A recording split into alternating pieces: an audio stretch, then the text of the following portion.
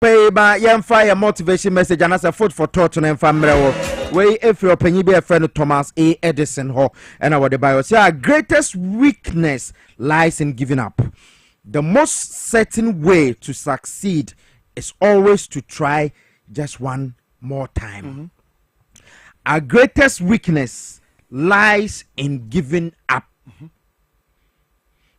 The most certain way to succeed is always to try just one more time. Many as a move. Nipa yahwe ase ye mere yomu edan say ye beto baha. Yes. Na ye jam na ye nkonko ye nim. Na emom no ekwan a eye kwan ese nipa fa so ade ba ko a edi adanse pa ebebo nipa ne se wudi nkugu a side try biom. Yes. And no pe any the surest way to succeed. Yes. It is a whole person we bibi. If I say ye kase novdeki watro bia emfa. The only time obe show say uye weak and say we die. Na unkoso biom. Yes. It is a wo to akoso no. Try again yes. Until say nkunimdie no waduru ho. Anope ya ye kase ya wo amafo bebri na wo ho a na wo maya na awo maya papa edum koji doctor ho edum. No, try on Sarah age in epe. That's the question you have to ask. Yeah. And you know the only thing I bet me I say all the time no so we failure yes. Try again. Go ahead. The fact of the whole matter is a Piesie. The only person will give it up and who should give up the dead person. At that time there you have given up. At that time and it has so be any baby what they were brabo na bebo wa brabo mu no what they are going to but why should you give up? But you make an order say they think was say wunje mu bibi bi esi wani so a opese wonye no abamubo ni free he and then e kan hye hwe oh abamubo ni de wo ho tie o meba pese mami land wie me abiri bia nipa ba ko a mekoso ahwe especially when you have good intentions. When you swadi hunu papa bia opese wonye never give up. Exactly. So what would you say? Who say will be there? Who give up now? Person will give up. And you'll be now person one say no. Then give up because wow. But if you have good intentions, every time, and this said, "But what you say? Me jam, me timi nyebio, me kobio." Every time be me this, His Excellency, the President of the Republic, John Dramani Mahama.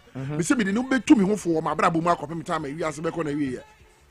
Every office 2016 within someone need DHNeba. Obi anko obe suro kra. Exactly. So obe bien na no say me pesa me nsa meye mampani bio. Me pa cho de make an what you say. Yeah. And nay 2016 fi about 2020 amfa.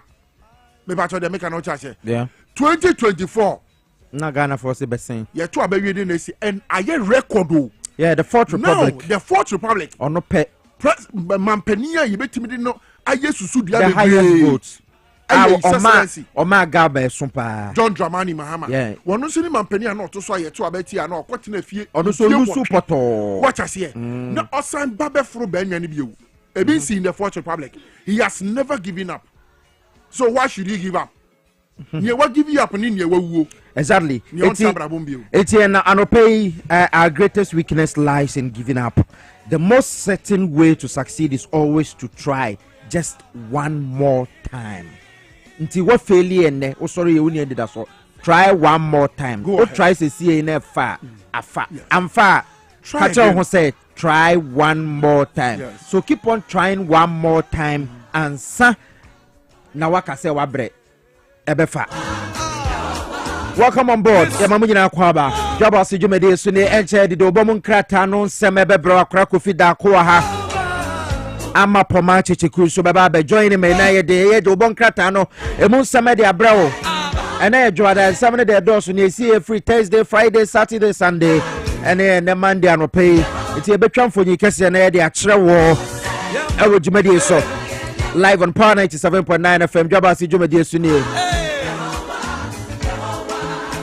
yɛfa sɛ da kɛseɛ ma Solar Natural Clinic and pay what the air fertility aduro no de aba edwa so nti ɛnɛ sɛ wotie me na sɛ awɔ no ho ayɛ den a me too for say try one more time no.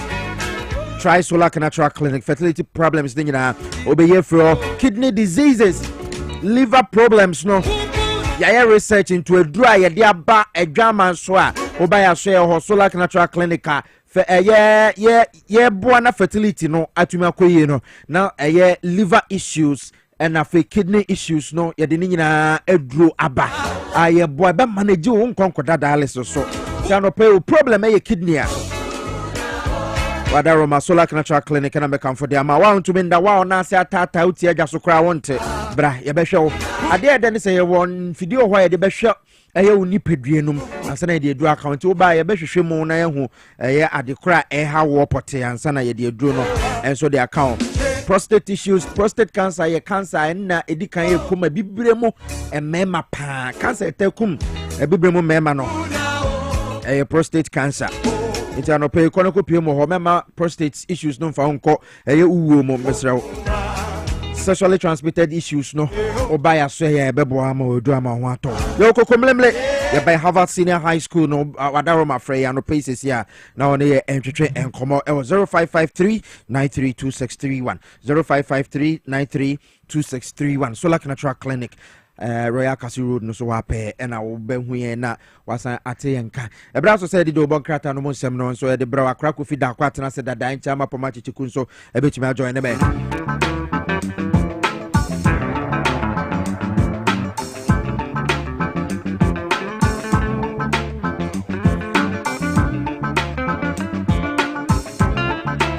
Akra Kofi da kwatena se de do bon krata no monsem ebra Akra me ma chen akwaba anopai Yanua Piesie na mani eje papa sene wani ma ye kama look lively bra mani eje kama who's Henry e ba ko lovely morning to you. Oh yes, lovely morning. Yeah, ene eje na ejoda ene ejoda ene na otwefoforo ba se nyon krada Friday na ye krada eno so na say ya huntie futuo no eje Friday no betu me Friday then na me de be o betu me for Friday o breja sister e betu me for ene day bobo de 5 futu no fabra ene no meje okay na bi da kama ene so be aboko oh yehowa do na weekend ye ko say oh weekend no yeah we can was no pen na isa reho kakra bem you no and between Accra Hatofok ni Asante Kotoko Adoy has ni you no referee no wanya de sa goal no was a goal mimi opinion it was a clean goal. Thank God you said it's your opinion. Yes and your facts but wanya de it was a goal and Abrantin so was actually now Oko Stadium. Oh manko and they want to man support you team manko but it was a clean goal. That was an goal day number ha and come because Krobia Kumasi Asante Kotoko Metema the Porcupine Warriors Yababa Mufia Baba Bromo Pasa I Okrah say Bromo and the Gosi say anti President Cup Yawini referee no wanyade ana branti no cross say penalty no granade ko wechi bobo ni ya wagonya we Dr. Frank Amako hene support a promise players they say dollars bi be pm ni ade no $1 no oh sabakan den Linda bi no oglu wan ade na bu akem amfa some will say no so I promise no say no so I promise unim deputy director National Service Authority in charge of operations. Fuseni Donko. Musa no ye the day so Asante region na dollars are here ye the bebre na to so. After the match na nkoni we o say Ose me doko na ye me ka. Oh, but match the game ni nyina no. Ndo ahwe se ne nkrofo koy. Se ne aban mu mpanyifo krakra ye ko pie mo ha na Francis no mu Francis Osabonsu no mu wo ho oni ebotela no mu no wo ho. But aban mpanyifo asem na mi kan ebotela onya aban panyi. me ka doctor Eduedomane Boama mo ono di so kotoko Azuma Nelson mo zoom man abedipele wo ho bedipele no asam na panyimfo mu botila de so nde amanga amanga enti my friend krata do me nko ni asem ne ko emuni ahi any crowds is here mate mamifa daily democrat ene de na start ene ho na me start free maminti o emu ye de tie o say no excavators missing in police custody. Okay. Mineral Development Fund. Opening oye CEO, Dr. Louisa Hannah BCO. Ono administrator. Nan say now chairman for. So last week Monday say ya. And ya betra high kan ho asem say okone na ma santimante ma man say mpotem ho okọ chairman for. Sir. It then na almost say excavators bi ayira. Say nipa bi kika almost say na excavators bi ayira free police for catch ni ade no wa ba bonting abechim say debi. O say dabi. Excavator bi ayira. Yeah. Okay. It's no excavators missing in police custody.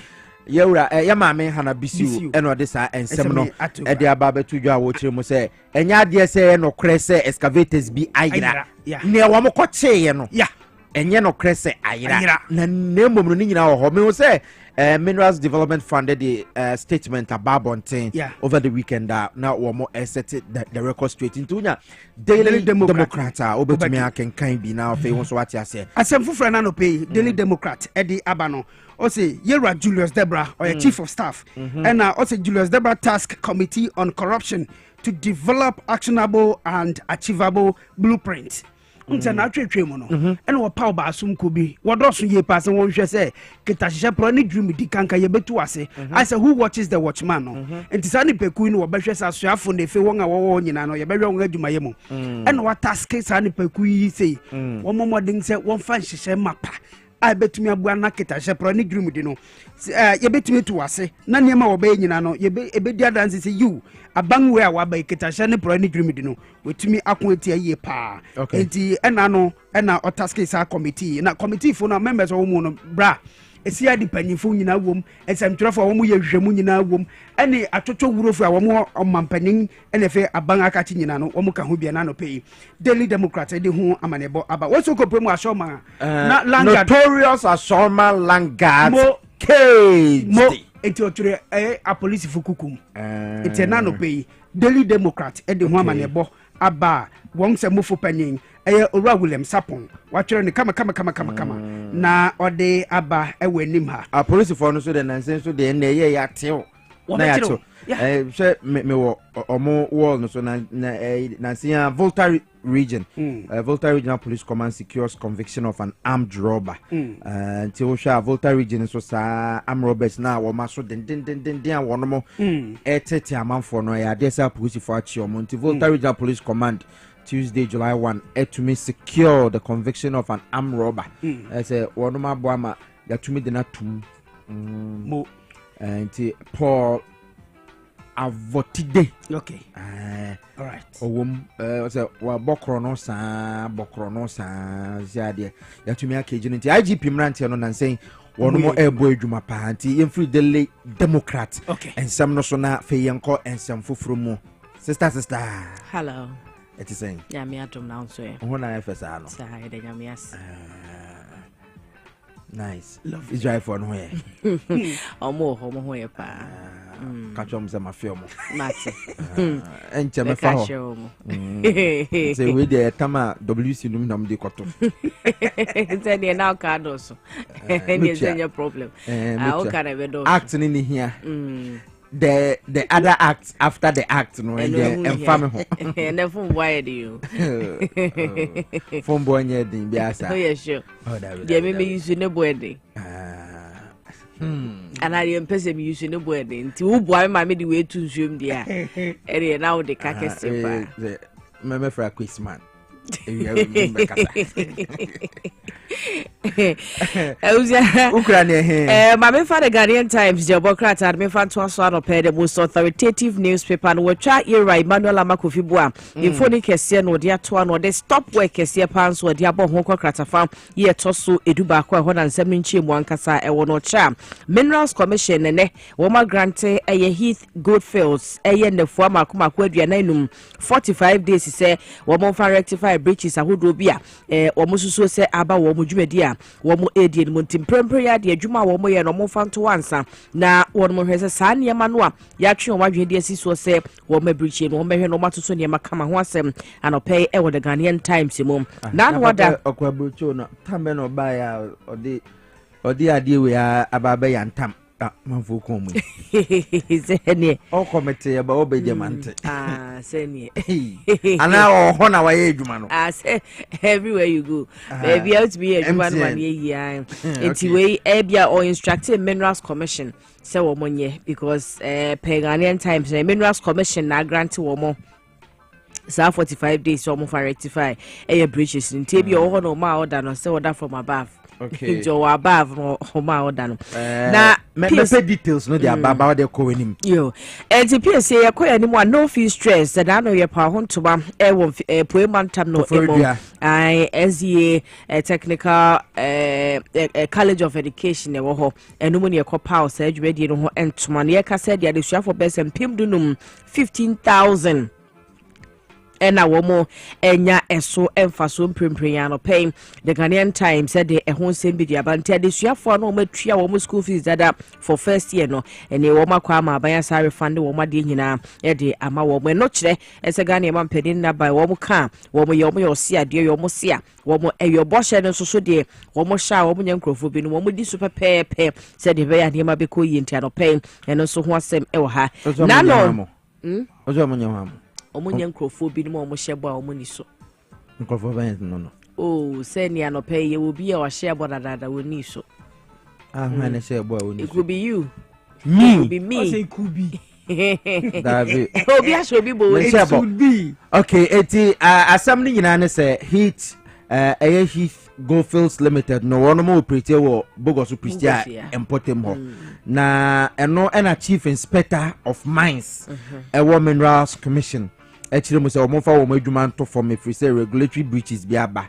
emra e da hwa say wonum ese wo mo fa so di wo mo dwuma no wonum amfa so andi dwuma no sene ese na fata eti wonum kire mo say asem we put the 24th June na eye ohwe heat safety and technical regulations na LI 2182 and our much say woman review who say no and never be a one more end so nti krata free abakese mu lands and natural resources ministry ho amama usi mawenye fia and an ensasha so na director of communications at the Ministry of Lands and Natural Resources and all there by 45-day window no one they rectify those breaches okay and also at their banner say last year ton and issues the start here Minerals Commission grantee one more clearance so on by acquire Bogosu Pristia mining lease no after a company no pass a year technical financial review and if you on more year jumana akwa to say any man to yinti one more entutu ne mayi na enyama enkonkai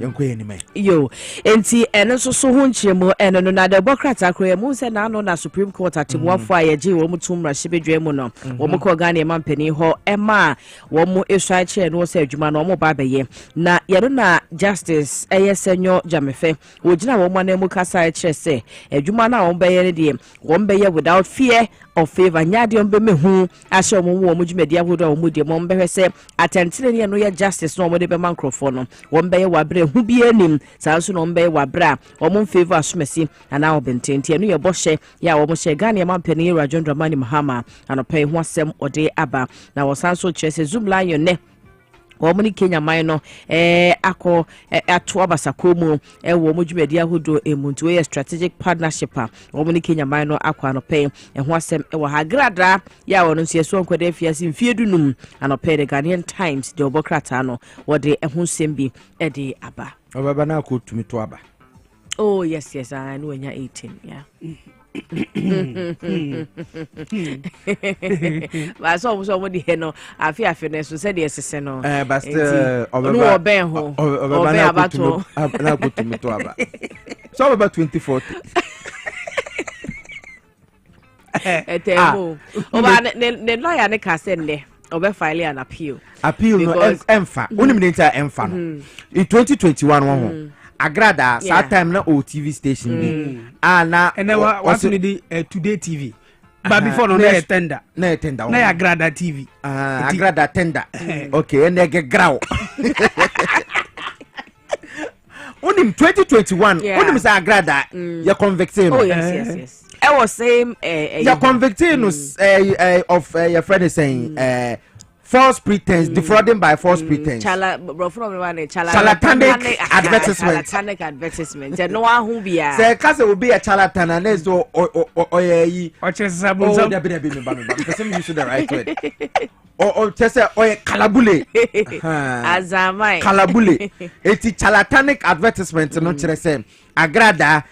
Etremu say obey money doubling ba won tumi nye in 2021 na nakufo abreso court say kase ya convict wa ya bua fo ya bua no fo eti mani tu I think say 36,000 Ghana cedis say 10,000 wa kire say amanfo first camera obedobo de amamo ni nyina kopie say won tumi anya eti court e bua no fo eti won tumi anya start 36,000 na nanka obekwa ko dem anya hwe kwa 5 years eti eno na the first time a court as say wadi boni ama de na court pardon no it is second one way no oko appeals for them already no court judge ne kra kan court say a deliberate fraud eti court actually say we are for number 1 court actually say we are for number 2 appeal no ko ne send a lawyer and say Angelini because of issues no na ye man sentence because of agrada personality I'm saying agrada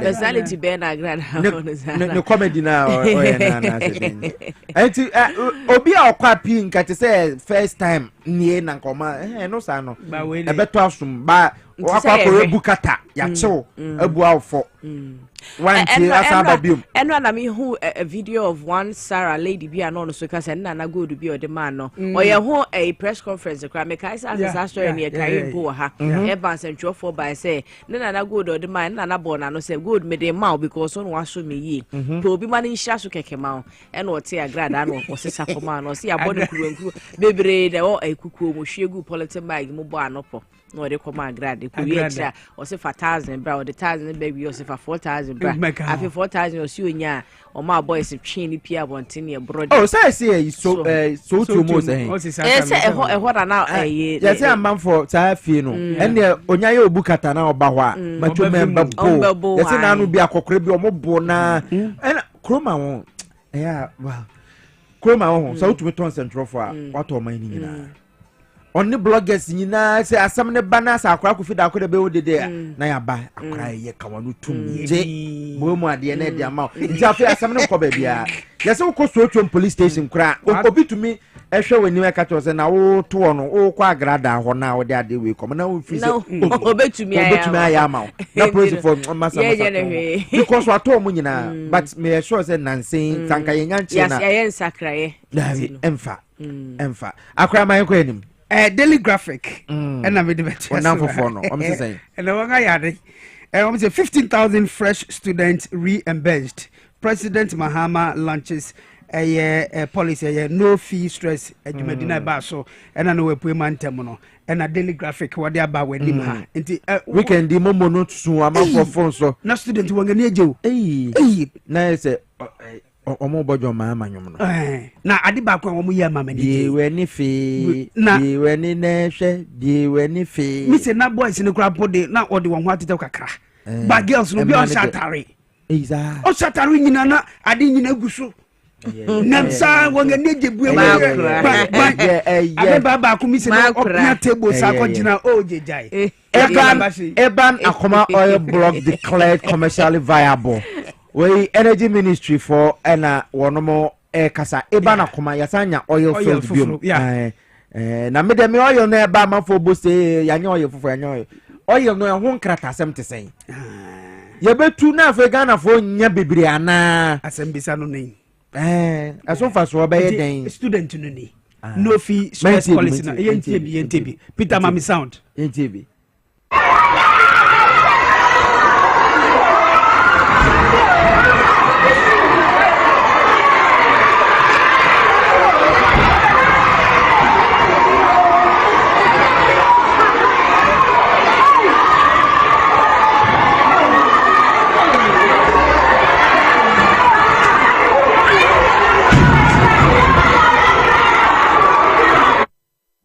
Catch on you say, yeah, ready.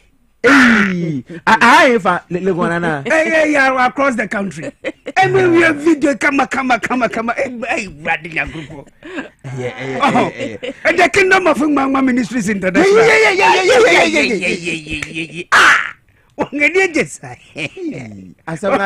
When you can go away, proper one. Pama. Hello. Bakubia piate unim. Me niama we I am one of the last people niama taya me wanwa. Niama ntanya me wanwa. But we Nana Akufo-Addo abreso 2017 ebisi ye. So na almost jo mama twa allowance mo e de ama nursing trainees and teacher trainees. Etitama Nana Akufo-Addo bae na oba sa be launche se alawa na eba no se ya na amanfo bo ehire nti we NDC appointee ene amanfo bo hire yes your mahama ya de ba goodwill no e na mo enjoy no ebi asida yo mampanyina ya de yenim but appointees no ma do say oh na ye kan ya we are only in 2025 aka 3 solid years good. It's 2027 by this time. No. Sama first say Ghana for that so boshire. They say they are then. I feel they know say must set difference because abai bi aba in the first 7 months, first 10 months or goodwill. Nti mama mutrimu nyamo de. It is a good thing. Yeah. Awo for one hin ha won. Na sika no say am for ne sabe ka no ene asem mo fra na agi won ade o fa ma wo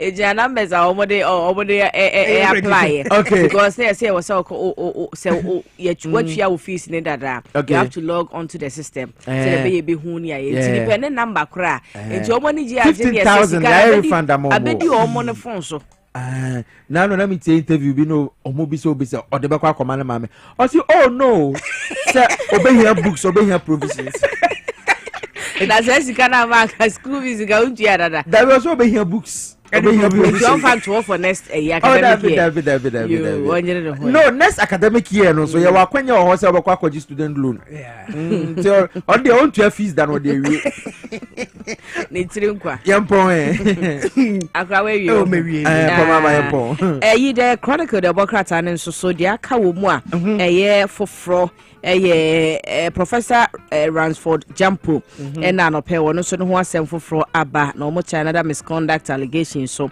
ye de ayantam ni committee anope over the chronicle the bokrata no asansem no eni emunchemu e wo na Ghana Shippers Authority or ye kwanche for penny won and saying na be buy so wa fly your friend say first class no wa fine crofo adwuma na ade mo ka se de bi no kwasem bi ani ho a e wo sansem ni mo ye say no adentina ma for that crofo a bore so bono or the ombeko court no akosi wo mo and say ene foforo asanso aba chronicle edimunchi mo abanti ye de besi na afi wo de aka akra wa bo mega catch ni bi da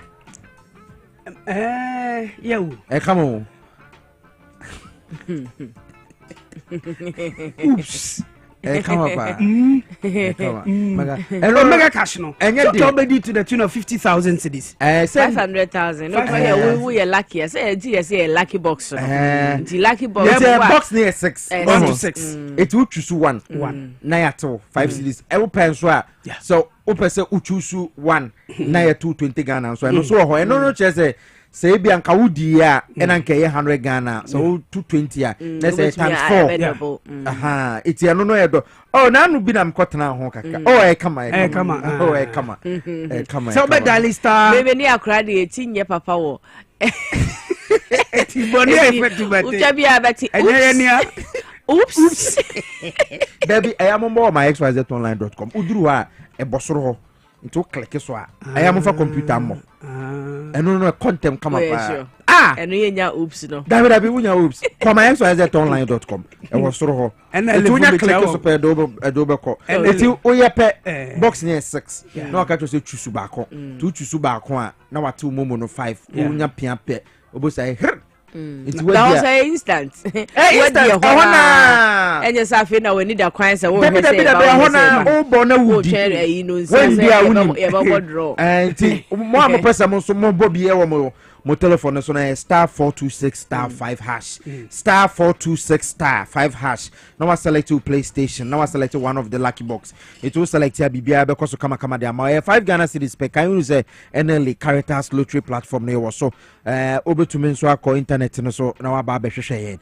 XYZ mega cash lucky box. I nya some ketwa kojo fosu find this onim asama making. Undi 18 years I want to be movie at Aroma. Ya wild now so konoko board there and pay star 426 star 426 star 5 hash.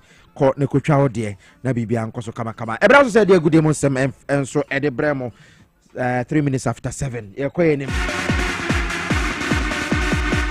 Hotel atna says so na kojo fosu fandi so atna say atamata de kales entomano as a yes. Ademo yentafo. Who say yeah, that entafo no. Okay. Partners in crime. Yeah. In sports crimes. Koyefo Sufandi, good morning. Oh, good morning, Piesie. Good morning, Ebotela. Good morning, Bibi Aboko. Over the weekend. Kotoko wini kama. Awe kotoko ni o. Oh, kama. And we kama. Where has me support Elmina Sharks. Elmina Sharks are now before. How the baby are called? Mama fight. Mama chia. I mean, boss Raf. Raf Jumpo. Why they? What has Niala? Oh, Dabi. Oh, Dabi, no to be a house leader. At the house for not to be a house. Oh, send your tea. I was a see to be a house leader. Some young everywhere. Over the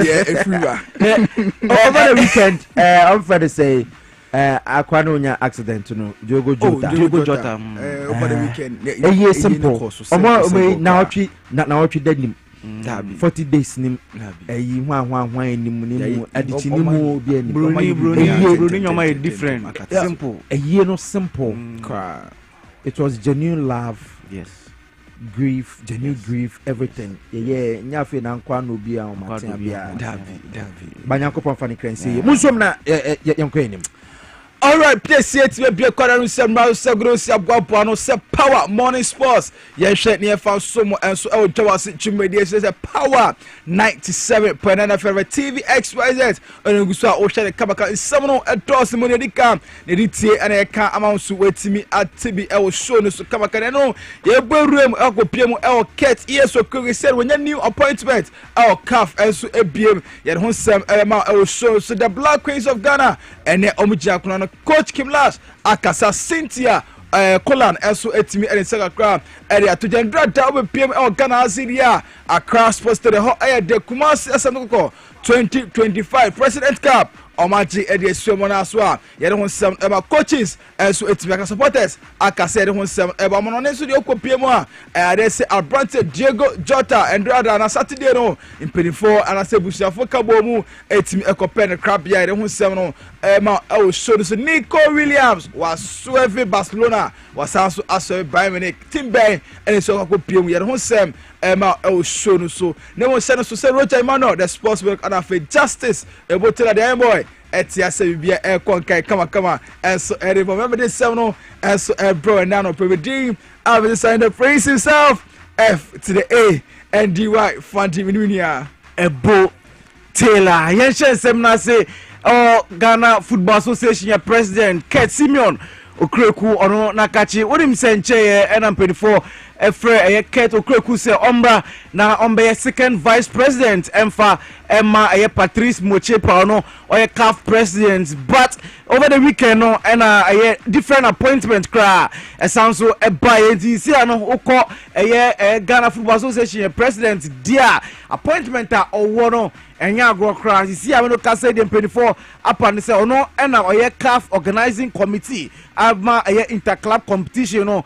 on my president na on share say CAF interclub championship competitions are bustling no and on down no na on share say bibia enso because here intino say ye bought CAF Champions League CAF Confederation Cup Ket Okreku and obehwe and asa obeda no na wotumi asiesie na bibia enso akoso ye ama CAF na ye ka Ket Okreku ho sensem no unim say eba wafubia no na oda no oye chairman wafubi mu sanso na ye ko CAF so ye second vice president edema Patrice Moshe Pena zisianso no abe president ama CAF organizing committee for interclub competition yanso ye ka bi edema na musike to Kreku or hwese club licensing system no ebetumi ayedwuma sanso na teams no or management zia de nyina enso ebetumi akosie enso sanso na obetumi aboa na wahwese implementations any development ebetumi aboa club competitions no na clubs ewo Africa ha nyina bibia ebekosie na betumi aboa na Africa teams ewo ho na sanso na Ghana so no wotumi aboa na bibia enso akosie ntirwe big congratulations echo the my concro Ghana sanso na Ket Simeon Okreku into officially Ket Okreku new appointment wenya ewo CAF Jeffrey Ket Okreku NS7 kopie outside the Black Queens of Ghana nyame atwend there omugina from South Africa and eboni nyina the Women's African Cup nation ekoso Morocco ehu NS7 no and head coach at the Black Queens of Ghana Pandin at the coach Kim Last ono at the second crown at the atuja se ose ochemo nim say game no mu community omukom as underdogs and so hono to ochema awodo mu wura nyina ehye game na fe obebo mu moten say the beya game no mbekọ a on betim every name or catch them I mean teams now on yom nyina group ni so no de obebo no moten say teams nyina obetimi ahye omo like very clear if you're a coach in this level pressure can't exist. You need to like the situation. You can be a little bit nervous, but you have to control what you can control. It's especially for me as a coach that I need to show my players that they can trust me in difficult situations, and I think they do. And as a team, of course, we know that we are a little bit of an underdog or a dark horse. We are not one of the biggest favorites that people are talking about, but I know that we have the quality in this group to beat all of the teams in this tournament. So I'm really looking forward to start tomorrow, and I think we can have a really good chance. Smart head coach, coach Kim Last, and 2 Jadon 7, Adam Viano, and deputy captain, Ababa, the Cynthia Colon, also, and the Okrah to the so some dear, we a professional players, name, and there's a pressure be a dog, some to man there, game no, on betting me winning.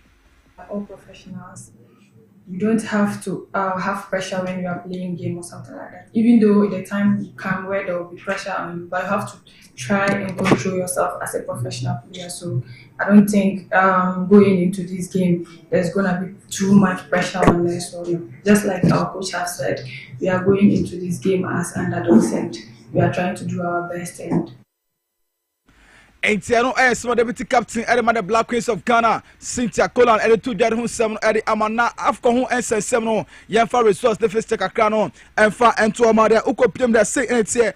Now no Saturday and a shot more host nation Morocco, Omne Zambia and a team Riaseno, a 2-2 and so El Honoma, Yadon 7 and so Manamia and Dra and so a Sanso at Twa so El Hon Ukopima, say and a Koi Senegal, at Nefi at Oman, the DR Congo, a bomb, a couple poly and 9, and Mamonso etimu antimi ansim at a brack as also Nigeria, and so at Nefi at Tunisia, a bomb, a Kabi and Sam, and Tunisia antimi ansim at Algeria, and so at Botswana, a bonnet cup me back home, and also itimu antimu bako, and so on my own some Manamia to Nano, matches no say, and also etimi echo Ukopia South Africa, Omane Ghana, and a airborne and Mali, and so and Tanzania, and a ever bought and so the women's Africa Cup of Nations ekoso el Morocco. Yen free African Cup of Nations and Black Queens akache na Yembra President Cup Endra ekoso ewo Accra Sports Stadium winning send dry the live commentary ebra ewo Power 97.9 FM na President Cup Endra ekoso no mu dey esanse Kumasi Asante Kotoko eba Accra ebeche Accra Hatofog ebom ekanu no a omutumi etimu bako na game na ekoso no first half in the 24th minute and Accra Hatofog omutumi share first goal Hamza Isa ono and share first goal edima Accra Hatofog sanso and Kumasi Asante Kotoko etumi comeback in the second half abranted din Kunedu Yadom share ongo sanso and Kwame Poku and so go back a peso edima Kumasi Asante Kotoko a game no na 2-1 in favor of Kumasi Asante Kotoko. I want him say game no a bus no Accra to folk and your penalty last minute now so no abranted into me ambo into me and share into see no ka say Kumasi Asante Kotoko omene Accra to folk share our President Cup 8 times.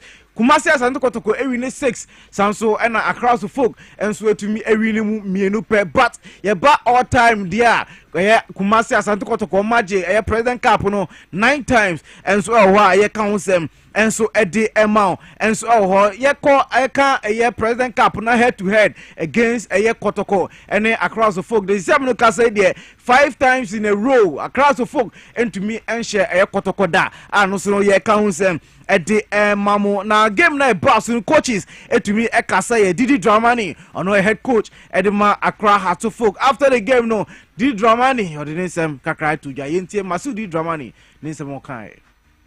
I think it's part of the industry.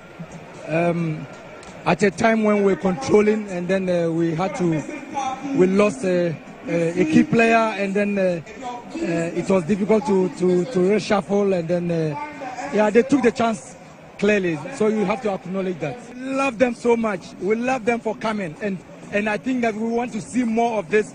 We'll come out with very good performances. We'll come out with very good energy and effort.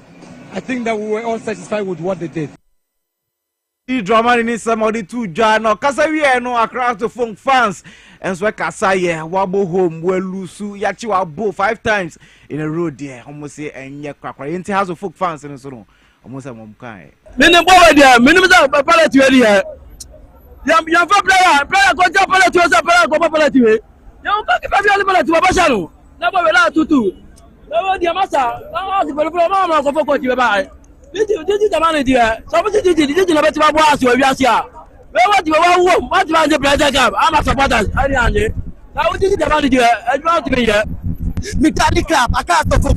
Shabba, what's the player? I'm going to penalty. I'm going to do 2-1. Tell me the penalty. Referee penalty Kamaya. Kobosha, the penalty Kabo. Salam here. And then you're not better here. I am here.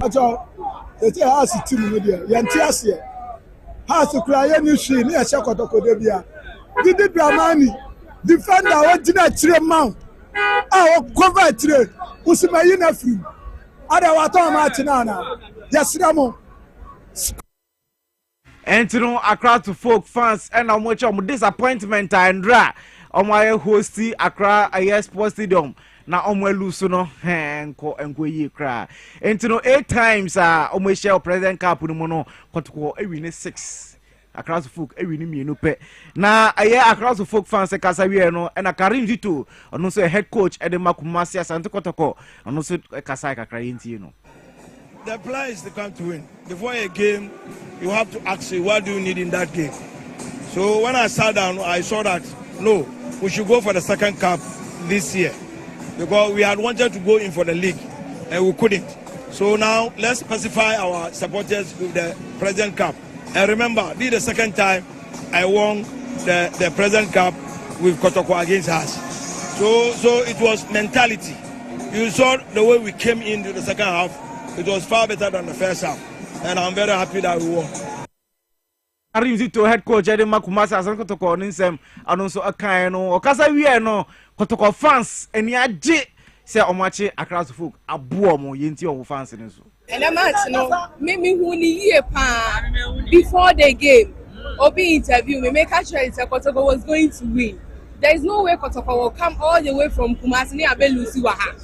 We won FA Cup. It's now was a drum say the last time I share has been kind the last time I has they should have done this with a different team. Us is like our junior brothers. We will beat them back to back to back. Chairman, go there. Is it Michelle Bona? President Ebola. Delicious. Entro Kotoko fans and so almost on the 2 Jano na Endra. Wouldn't say Shatawale or perform me na anyong bakwa na oba na for etopa Mahama paper. His Excellency John Ramani Mahama and Drano Hobby na anyong no air course no so no ni aje no so to Mahama paper yenche no so no air course ewo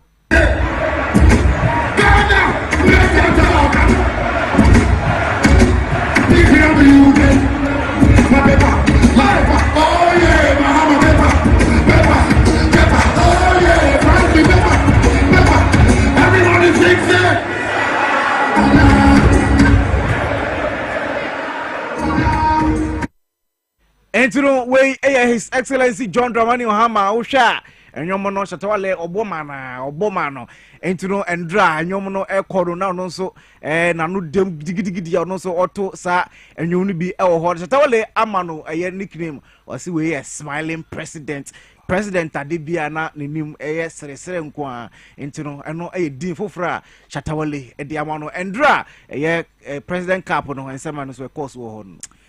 Yeah, come on and sorry so Chibedia and Sudia and Drana and I said Saturday Okopio dia Portugal Maimu and I said Diego Jota time 34 and I said Bushafona Eka Bowman and some compare crabia and so Liverpool for penny 4 and I said Liverpool 14 minutes team Ekopio Virgil van Dijk and our head coach Aaron Slot Omina Ekopio Robert Semunina Ekopio no Ekosha some compare crabia and our Ninia Andre Omina Ekopio crabia and so on right on 7 and so Emma shows now on himself branching the Nico Williams na ade so bi ehwenim Sankobeko Barcelona Bobo Colneso Endrada toja echem se Nico Williams se ado chema waso afibo kwa ne din de Barcelona and afi Bayern Munich Kenya de ko be anemo wasane 10 years contract de Bobo kwa ne din de Atletico Bilbao e say 2035 e say the contract no eba we hear hon sem ema you say the team bi say Paris Barcelona ejiri so koso a Nico Williams ya ska we say there omria to ni ti so metimetua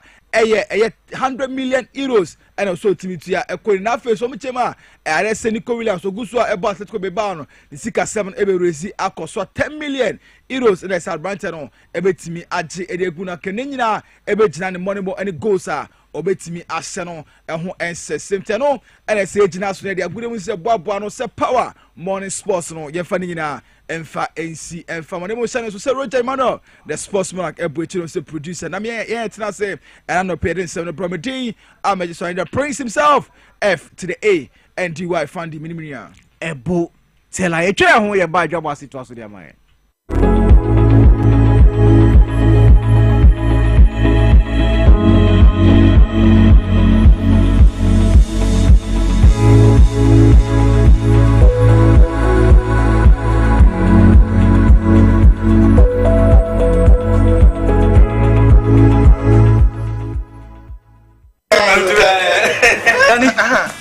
Mesi menana no aguru basa abi brabro tibedo imle no na ma prema ye hojo. As for me, I take very good care of my grandkids. Ye di agro na yes eduru mre bi kra na me ba no timide omo be gumi so weekend no. Hey, memre enu ntina me ka kire o say ya no medi garlic capsules. Poso nyina ebesisi so kama. As I stand here, my doctor said my whole system has improved very well. Medi garlic capsules. Yes, Medi garlic capsules. Medimosis garlic capsules. Wa mamoja di nipadua ni mu efurusani yi na esiesie oba ne barima ma hona wodin. Ubenya edoi bi ato omanyi mu pharmacy store frey wo 050-349-4885. Edro yi enye mamofra enye ndi mfie dumienu. Apemfo ene emma emanofo. Medimosis hunni how FDA ajidwe di nkra tuyi atum. Adolfo ye cheche obibia eno bibia kwa bason kokra. abusia yare ben na hawo yare ben na ya kwankura wo de chinchina wunya anu ye and get to bray no me come for Lion Age Clinic Ghana and Pharmaceutical ahankwa na abepiuma ye de bibidro esaw yare ama wunya sunsunsan bani bia abusia se yare fo abepiemu awa Lion Age Clinic Ghana Dr. Biodo amubrase ni Pharmaceutical Okrah and hwe yare fo no ema ne boto no abusia se uba bepiemu wa haseya yes nam yare bi to say syphilis, gonorrhea, candidiasis, jaripa do no anim see a friend of white no ye ya papa ni ewom ewa ha say abusia wo ye bema wo kwasi nani mu a wo ntimi mu aduma emye na mo okiafo na Lion Age Clinic Sebra no fa bibidro ama wo na wo na so se bema mapa se wo so yo ba anasa warefo wo pe ba wo nya bi machina bre brabe piemu ewo Lion Age Clinic Ghana na obeti abofrasu ewo ofie adofo a mo hwe me mo so fu kofiti abe kakra ne me yare ana me da ho madam fu bi ba me nche me introduce Lion Age Clinic Ghana man na me tu na mo no me koye ne mo hwe me omo mo madu ene me ho atom ti wa wo hwe me a when that's wasa me kan full Lion Age Clinic Ghana ma so su tu na mo bra na bunya wa yare sa assalamu alaikum na zo nan ga asibiti ne amma ciwon da na zo da shi na ga an treati na samu sauki yasa duk wanda zai zo musulmi duka yayi kokari ya zo nan wannan asibitin ga da zai samu sauki da saukin kuma kuɗi ba wani charge insha Allah da samu sauki. Hello everyone, my name is Dr. Maxwell Aziz Mensah. I'm the founder and senior doctor of Lion Age Clinic Ghana. Our mission is to provide you with exceptional herbal medicine treatment and holistic healthcare to all our patients. With our team of dedicated staff and innovative treatment, we are here to support you to becoming a healthier you. Thank you for trusting Lion Age Clinic Ghana. Lion Age Clinic Ghana, your #1 healthcare expert.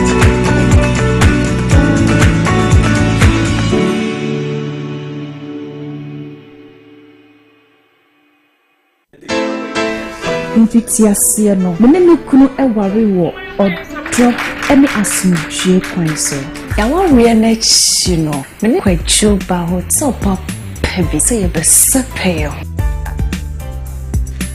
what a chill for so crown na maye bibia wo nyankopon sem ekoba ne sa ne kunu antina se edro botum wajo eye edek SM bitters wa eni gia befi we na me de yem bible edek SM bitters timase mama me sa wa warrior mu enije bewie wo paya na sa wumpam agrodie ebeye akwana na ye kamfo edek SM bitters Mrs. wa oyem ye onyina monome no okọ one time edek SM bitters where dia mama hey oba wa fa yefunu ene oba oma ne ba enufu enumbi wo ye bema na wonya 18 na wontumi enum FDA agi edwadie nkatoi na ede na aya obayi a oda formaso ne yefunu mu emunu ni oh Mr. Entry also yare ya titi be benfie pi nanso ne yam nyono da se me chew no ahodo amato a me hunu hwe a ebe ya nwanwa menyi ni se wato ulcer tamfo haxa capsules any haxa mixture yanum bom kutia ulcer no bia ma no anom anka ne ho ato no dadaada ulcer drodi eno ani haxa capsules any haxa mixture ankom ni nchiremu ulcer yekura eto yefunu ene ensunu mu etumi a wo yefunu ekeka wa wogire ho a enyi ulcer etumi ema wo ye cheko ebra wadidi awie so how eye ulcer dia compare haxa capsules any haxa mixture nanum bom na ho ebeto pedudu atu a ko okanshi drug lane Kumasi Dani Herbal Takradi AA Mensa Anafre 02038228855 Apefo abatanya wama won mofra no fo ene mofra woni mfie mienu enka ho Haxa capsules ene ne mixture ulcer tamfo edie age edwadie nkrato yi atom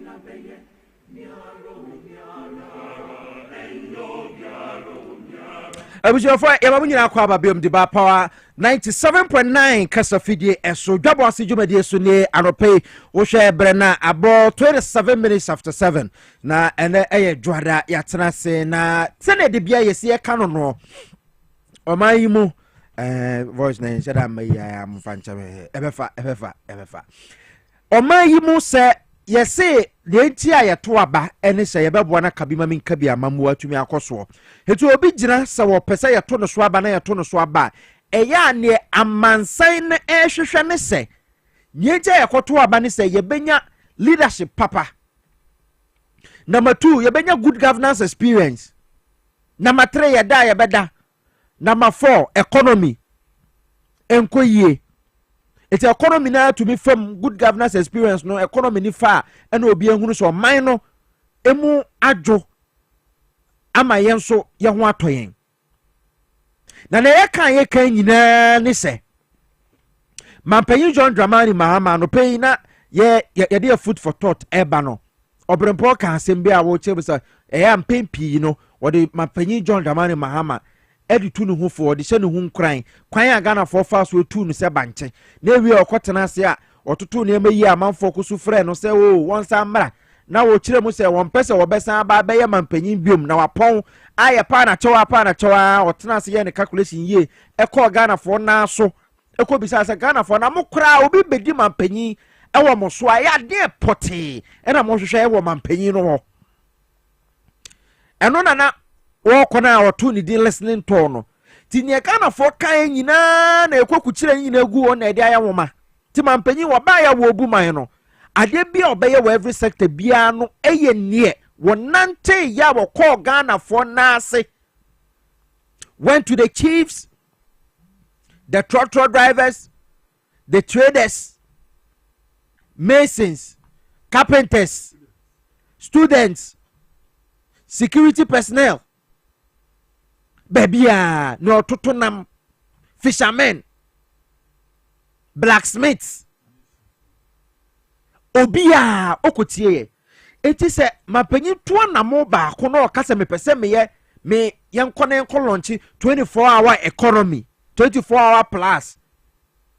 It means that Ghana for be bra ono omoto twen komo no na de sa asem no eba beto ho a enei ababa ya dance dia eda ho a menu mienu nyina yenya so mfaso.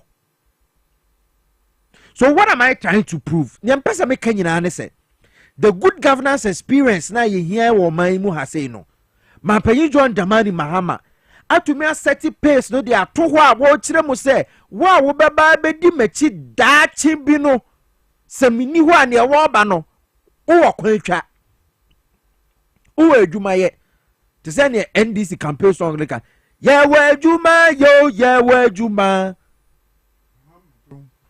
bie wani na hwe bie wani fe eti Ghana for ye bie ne fe aye hwe a Mampanyin no se wo de good governance no experience no o ma ye feel bi eni se na anu Friday Thursday ne Friday asukufo a wono mo suapon mu a wo ma kofoforo first year students Mampanyin se wo ba asukufo a wo mbenya admission into public tertiary institutions and the colleges of education, universities, polytechnics say ya no technical universities nyina no e dia woba first year school fees de enya dia obetua bi na se wotua mpo a aban besa de amount efri say Mampanyin Mahama e che ebo se wo ba no fee stress e kire say yemma school fees e ma wo dadwen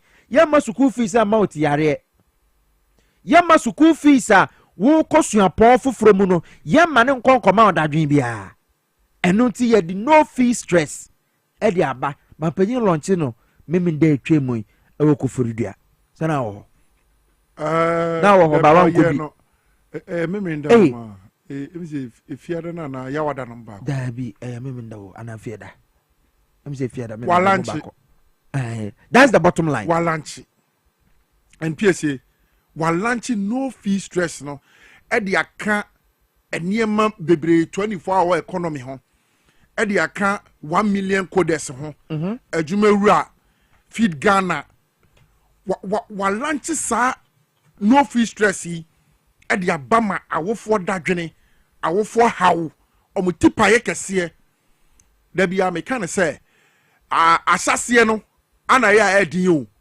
but wunya asase awie pe now the no fee stress a wode aba first years a wo wura tertiary institutions no wode ma wie na first year nyina otu ama wie a second year third year unisika student loan trust fund wo hode ma utimi sanji loan de wie enti wo kasa wo dwumade no say gone are the days na awofo ebeton trunk muntuma ebeton abusua asase abusua koko si ye de ma eko university no aba be crash de aman se si efi enede kode magana ni bia wo pese wo ko school no ma enye ne dadwene se obenye sika de akọ school anaso onye sika mfen ko school piesie na ede bio ano magana ehwehwe se ne wo kan no eno kire sampa His Excellency John Dramani Mahama time na oye listening to no ensema timamufo eka ye no tie na sabre ode aye adwuma me da yesu se sia o mabra bom ni se anka Ghana fo nyina beti ase nke bedu da baako na even the minority MPP di omontoma kra be bo ndisi ano se de wo man yi koi president eniema ACC under His Excellency John Dramani Mahama ene ndisi aban eye yemfe ye hu so mfaso ye hu yedi ebetimi di abre o man Ghana se si ayanka se MPP the minority ya je tumi se ye nyina ye ntina sa aban we yase ye nyina ye ntina sa ndisi aban yase no fa ye nko ye nimpie nka beboa because se sabi otu aba na wunya ne wo hwehwe wi a eden bi onu epushu se wo twe asan hwede esisi wo man Ghana mu a obi na emeka nkyere wana ene ko social media ko tie adwadifo a ewo the various market ko makola ko agbogblosio se fa ko baby bia wo mu digwa ko tie adwadifo na no kasa sai na no moto enkyere boto last year se enkyere boto ye to ne sai anwa yellow gallon no na ye to ne sai last year afie wei uko market o moto ne sai emu me bacho de make a bro bottle and now university no be a person ne bakobi no be crash de man no His Excellency John Dramani Mahama abebo e kwan de ato wo say sabere wo ba no kosa university ni bia ne first year meje ne betua so we kwana still scan one student loan transfer or apply ni sabe kan wo we no onyadwuma ya tete no ade ne ye hwehwe bio asoman so be say ye focus ni nyina papa na ba the second term was so about the legacy. Said the old kind of me say, and not a quanya His Excellency John Dramani Mahama Befaso, the next president of the Republic, Biara, the next president of the Republic, or Juma ye papa, and to Amunsiano, Bia Wodina, His Excellency John Dramani or Person Ye Mampeni. All right, wait here, Mampeni Mahama briefly. Time and now all launches are Jumedi we are now Bama Suku for. And what Tom na many deputy CEO at the Students Loan Trust Fund. Could you down question Mahama briefly for a minute? The chairman, as we were told, 150,000 students have so far accessed the portal. And for those of you who have not accessed the portal, you better start doing so now. Out of this, 34,500 have been validated and awaiting payment. And out of that number, as at yesterday, 15,000 students had received their alerts for payment.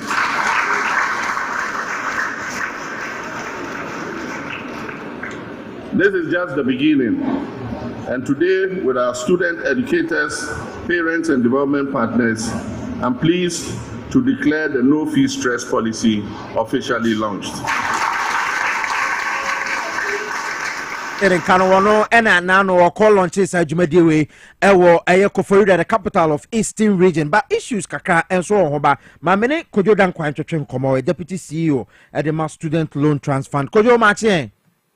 Binia Medoso. It has a son of pay for what just so sell near better train Como. Student Loan Transfer, the Hawk Boko there. Binia Bibia Boko. Yes, Aboma Basso say no fee stress, no cinemusicano, Motumia launch Yamagana for Munkuma essay, Anya eso emphaso ewo memoha. Mamin started enfant free. I say, I'm out for be sending messages. Actually, Muse time a wɔnom kɔtua fees no saa time na aban nyɛ na ho bɔ abɔ nwie eti na no ɛbɛyɛ na amanfo start a wɔnom nya momo every wɔnom bankers wɔ sɛ wɔn fees no wɔnom nsa aka na Richard Akwa ɛwɔ Dubai a wɔhwɛ yɛn no se ɔno no ne nua ne deɛ ne bae na yɛ half ɛdeɛ na bɛ ma aba ne saa ne ya mentia na mentia atifo ba se mama ya konye na uti famia unia no ose oyedi en course when Chilemo say my ward was given half and I don't understand. She got a message of half payment and why she was given half of the money is what I don't understand. So we are paying academic related fee. For instance, you will be to say academic user facility fee, internet, and then you can one academic related. You need to say SRC and academic related. So, I don't know. Nya dia yebetua saa dikano na mum sika bia no a so wantua entimi ma kwan ma won registration na ma won ma yesu no ana ye cover so atase eti se e ko bad sanso ana kase bia sada kse ana 2 dikano a yetua no ebinu ho a ono ana benefit ekofa PP so enti afọ no so no bia wakofa PP ye na kse ono wakari wo ahwe so ese amanfo efa regular no o de o te mi wo kaka me no me pese mi tua a chain ni ododo no ye den etia so enunti me person me ye course no rather as a fee paying a student so what I say no so no enya dia ye be cover ni na dia because when no no ana wo de wo pe ese metumi atua dia chain normal rate so woka say enya de amobe cover ni nyina o pese wo kire sen obi ko na wo apply say wo ko school na say o choose fee paying na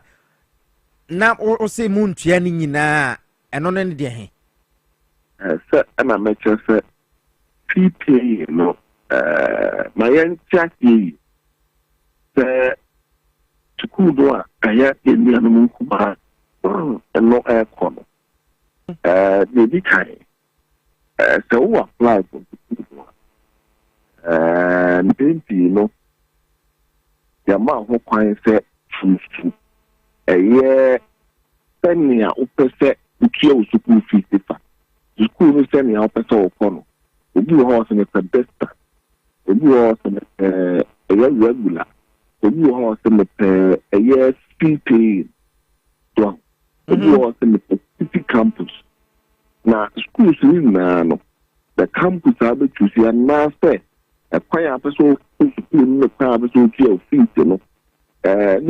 No extra yes, school fees a whole while there. Okay. The fee paying in 20, you know. I 1 year. What I say, oh, remember dear, you say, make to me a year school fees in your cash. You be able to use fee paying the idea to say maybe make me I then me minister how the minister it make me to bro yes media then it just about what I make say Matias ba and you know banka sa wa koja to say we to me a tia yes ku ni e bia tia it make you am na bro so dia. That is, you have the means to be able to pay. Okay. It's not determination. Now, there were some school of thought That's why I said that. Obi, I can say, maybe I have the need. But you need to mean to see the regular school, a friend is saying, see, you know. And yes, any part, I was saying a man of quite on that school fees. Okay. Now, so, you didn't go more, yes.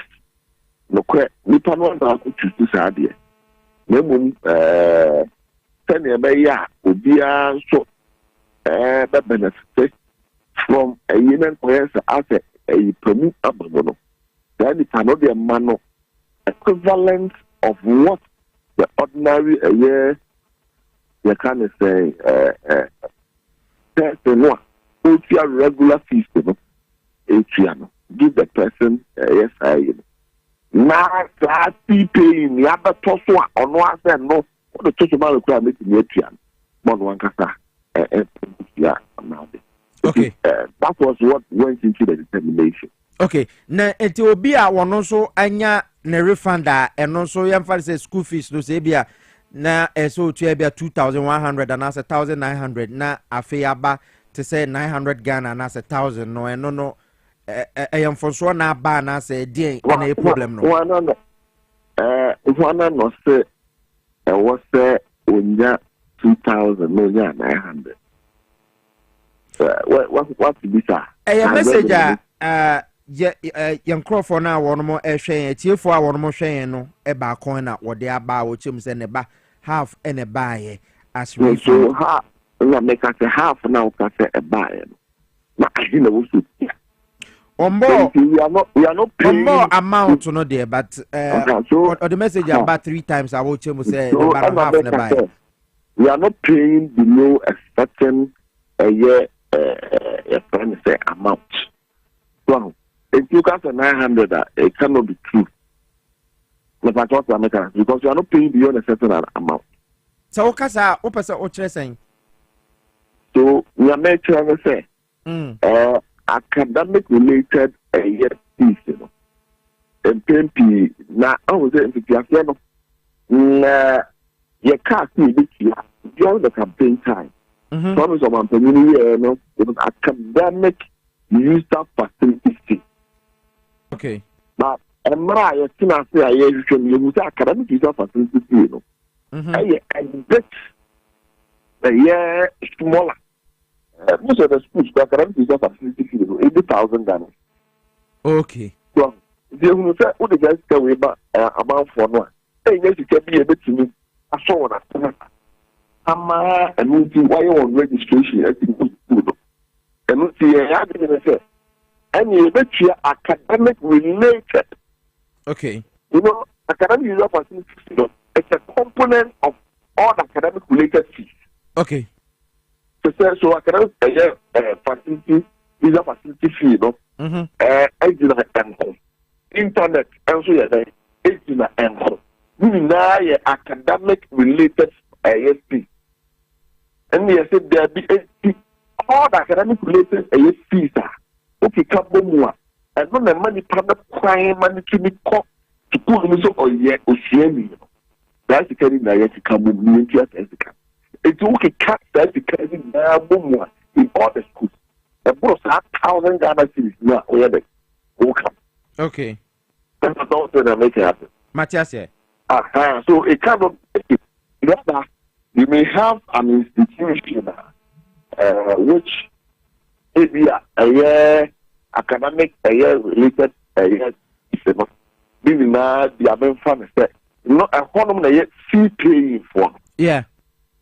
So, school no depend na tia yam fa 2,000 Ghana cedi. But on one no etua be 4,000 Ghana cedi.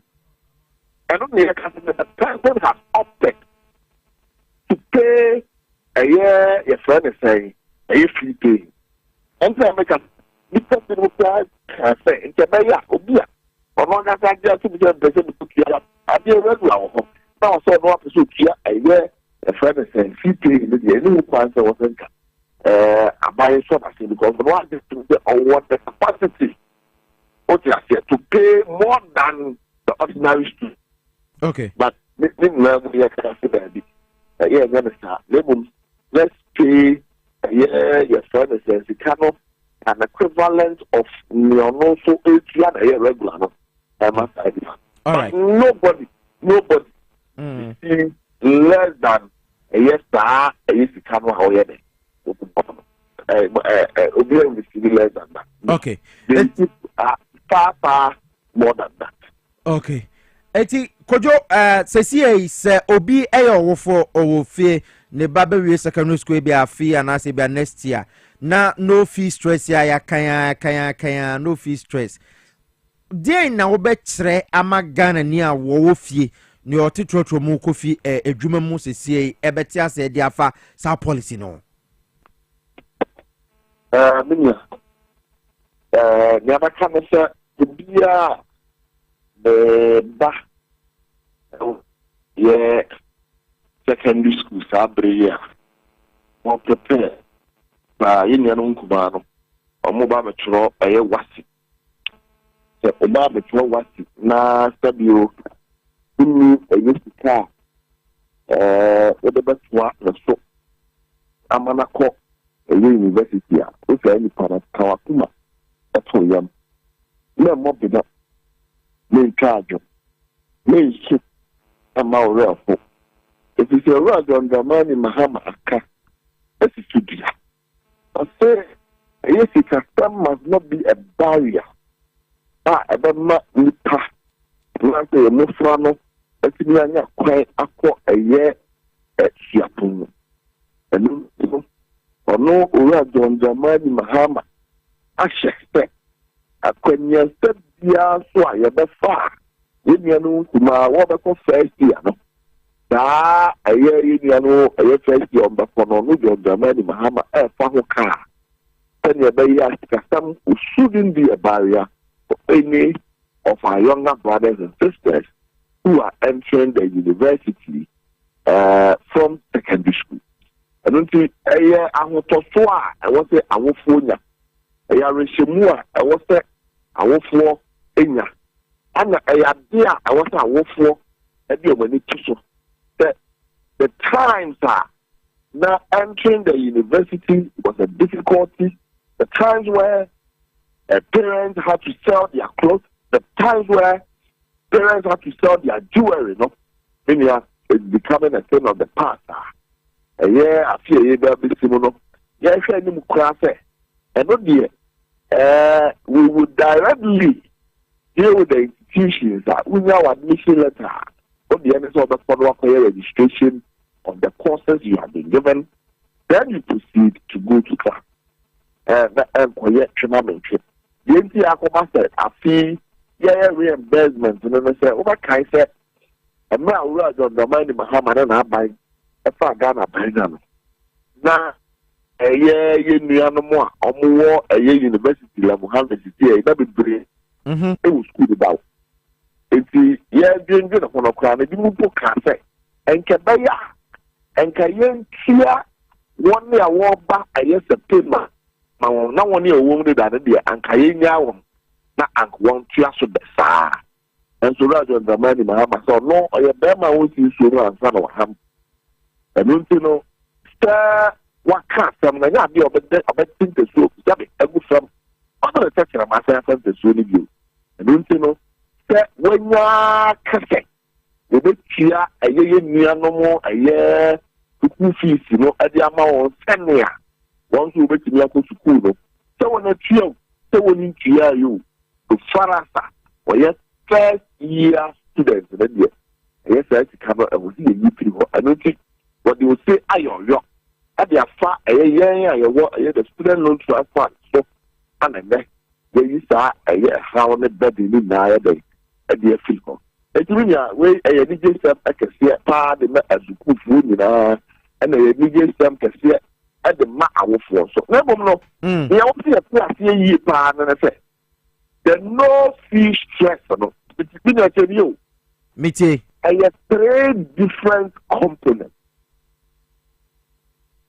You can I have the no academic fee a component. I have paying the academic related a year it's just a piano. a year and say I do fire the year. I don't know the first aspect of the no fee stress. Okay. Now, nipa bebree na bisa say na nipa no wutia first year na ma no no afọ first year no anyenye bia to wie first year no nipa no obere na tia so e bia ko second year because e bia na awofo no sika bi ni nya den e bi so e to tia first year na wie second year obere den atumi atwa so. That is the second component of the no fee stress. Okay. On my opinion, MPP which may secondary school, the university system. If there be Nipa Breno, who use secondary school, a pass or a year form, your man admission.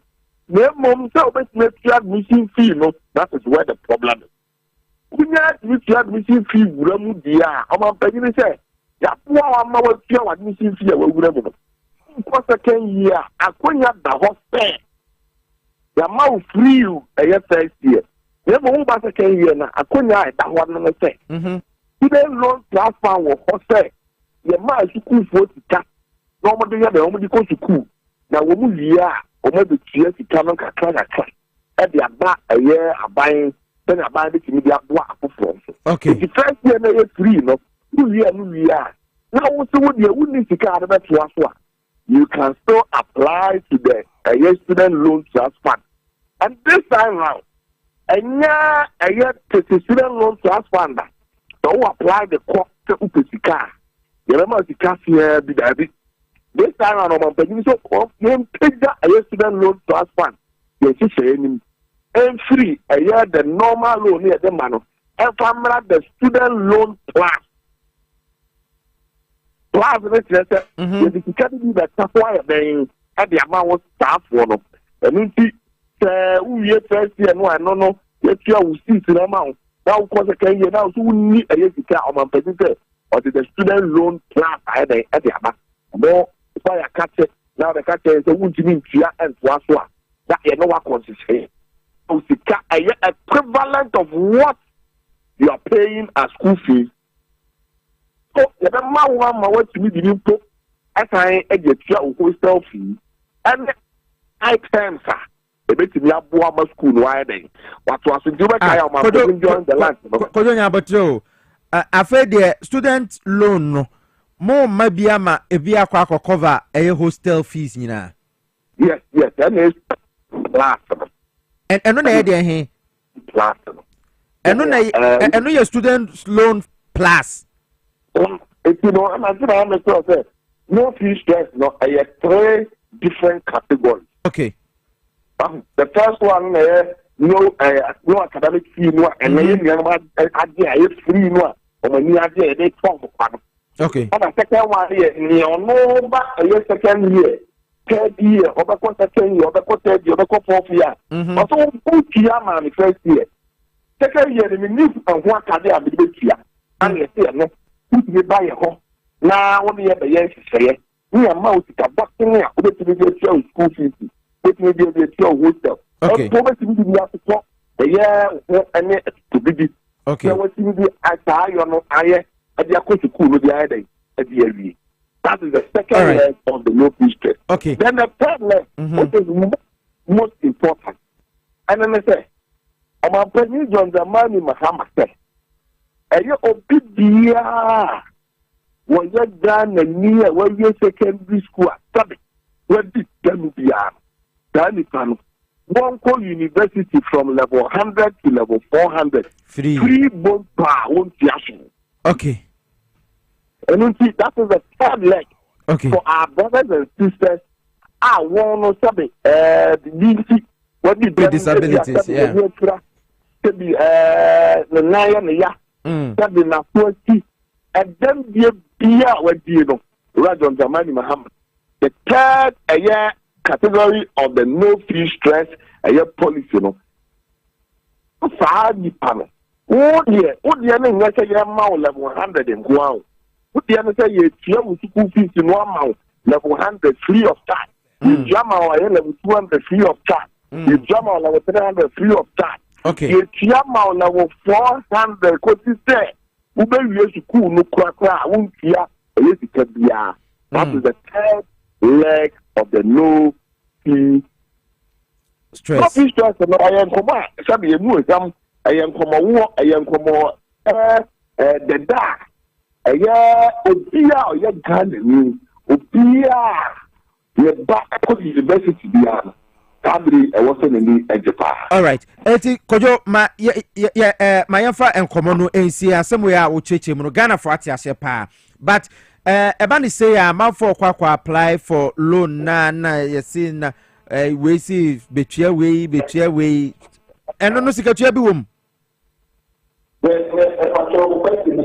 Me say ya sa no fee stress way or chena bi say enfa say omo awo no ma enjoy this year yi say omo call level 200 na omo ba be gene next year say bi aban be so masena na be na obo se obi gina kwanche be bi say obetua we eno sikatua bi wom sa na. So and we are making a good grade down. We are all caught. So you see the student loan transfer. Your hotel in the animal a year academy. I would be go to school. Or no, a year before I'm going to school. No, I know my minister. And Pino, so you can one mission of the school.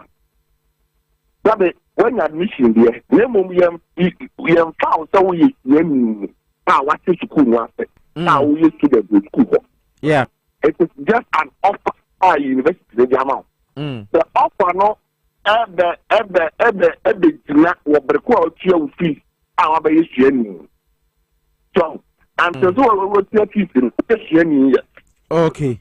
And no man pay minister staff one and pay you won't hear your school fees to know how you see any. You pay you that will need to tell you. Never then what go to your base and young son of a student law about get the young so yesterday. As I am a piano. No what you have to cool fees to know how you see any that. Okay. I don't think I didn't know fee stress now. No academic fee a policy no. A complex no. A first year and through amount. Tell me about how to see any. And no see any first year no. I said, apply for the loan, no way. What is from 6 years from the loan, no, a student loan, no, the tier we took fees, no, if we sit over there. Okay. It's in the enemy business and so be by this loan, na secretary be any. And to clear. Hello? Meteor Kojo. What's the and to clear be any? Mrs. So be by just alone now, says secretary be any more. Okay. Nabi, hey. Na school ni ono sabe no chere no. O be pesi kan akra o hono. Na wan yakwa gini sika. So me ya ju sika ansa me ma lo. Dabi. Eti ya cap e de ma nipa dodo a mode to say continuing students a mode loan ni e de be ma say be 1,000, 2,000 and 3,000 people. There is no cap. In fact, okay. Application portal. We don't even close it. So all year round, we have a year students applying for the year loans. There is no a year cap on the number of students. It is a year to cover the amount. Okay, obi bisa se na womo a suku yi ebi mu trafie ko obi wo wa wo tra de o pese okoye ne masters eti no se suku for ma kwan a ena ono so University of Education we need more campus say o emiamia bebre wo mo koye sandwich courses ebi nso ko school no weekend nkwa UCC for ye bi University of Education ye bi Legon for nso ye bi sa for yi nyina aka ho. Yes.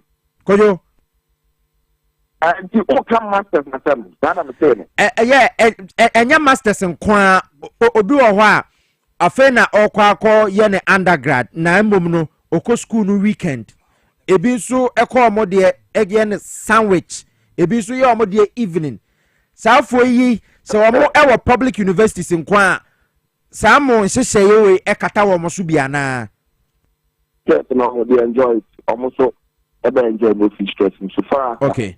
or any public tertiary institution or he or she enjoys. Na masters for no so Sabre the masters the ma sika for masters. Okay. Minimum idea if you are that no you begin ho na the say about the fast a kind of so. More on Shaya more yes said that she be private universities. They say Pentecost University, Wisconsin, any private universities. Yeah, be mobile to capture one more so. Capturing the private universities. As we speak, private universities are eligible to take loans from the student loan transfer. Okay. Almost loans here. In fact, this year, first year putting on loan for all first years. We are giving the private universities loans. Okay. We are giving them loans. First year for all private universities. All first year, for applying, you must have one loan. So we are benefiting from us in terms of the loans now. Okay. Kojo enkomowe the pa na sa modalities na ade no ya pebre na brafi hana yentrase na yemo nkomo na email phone lines na Ghana for so questions bia omo bia wo so entumi mbisa wona mo nkyerechire mu ye ya da se ne mra wunya de man ene anope wo Dwabo Ase dwumadi so.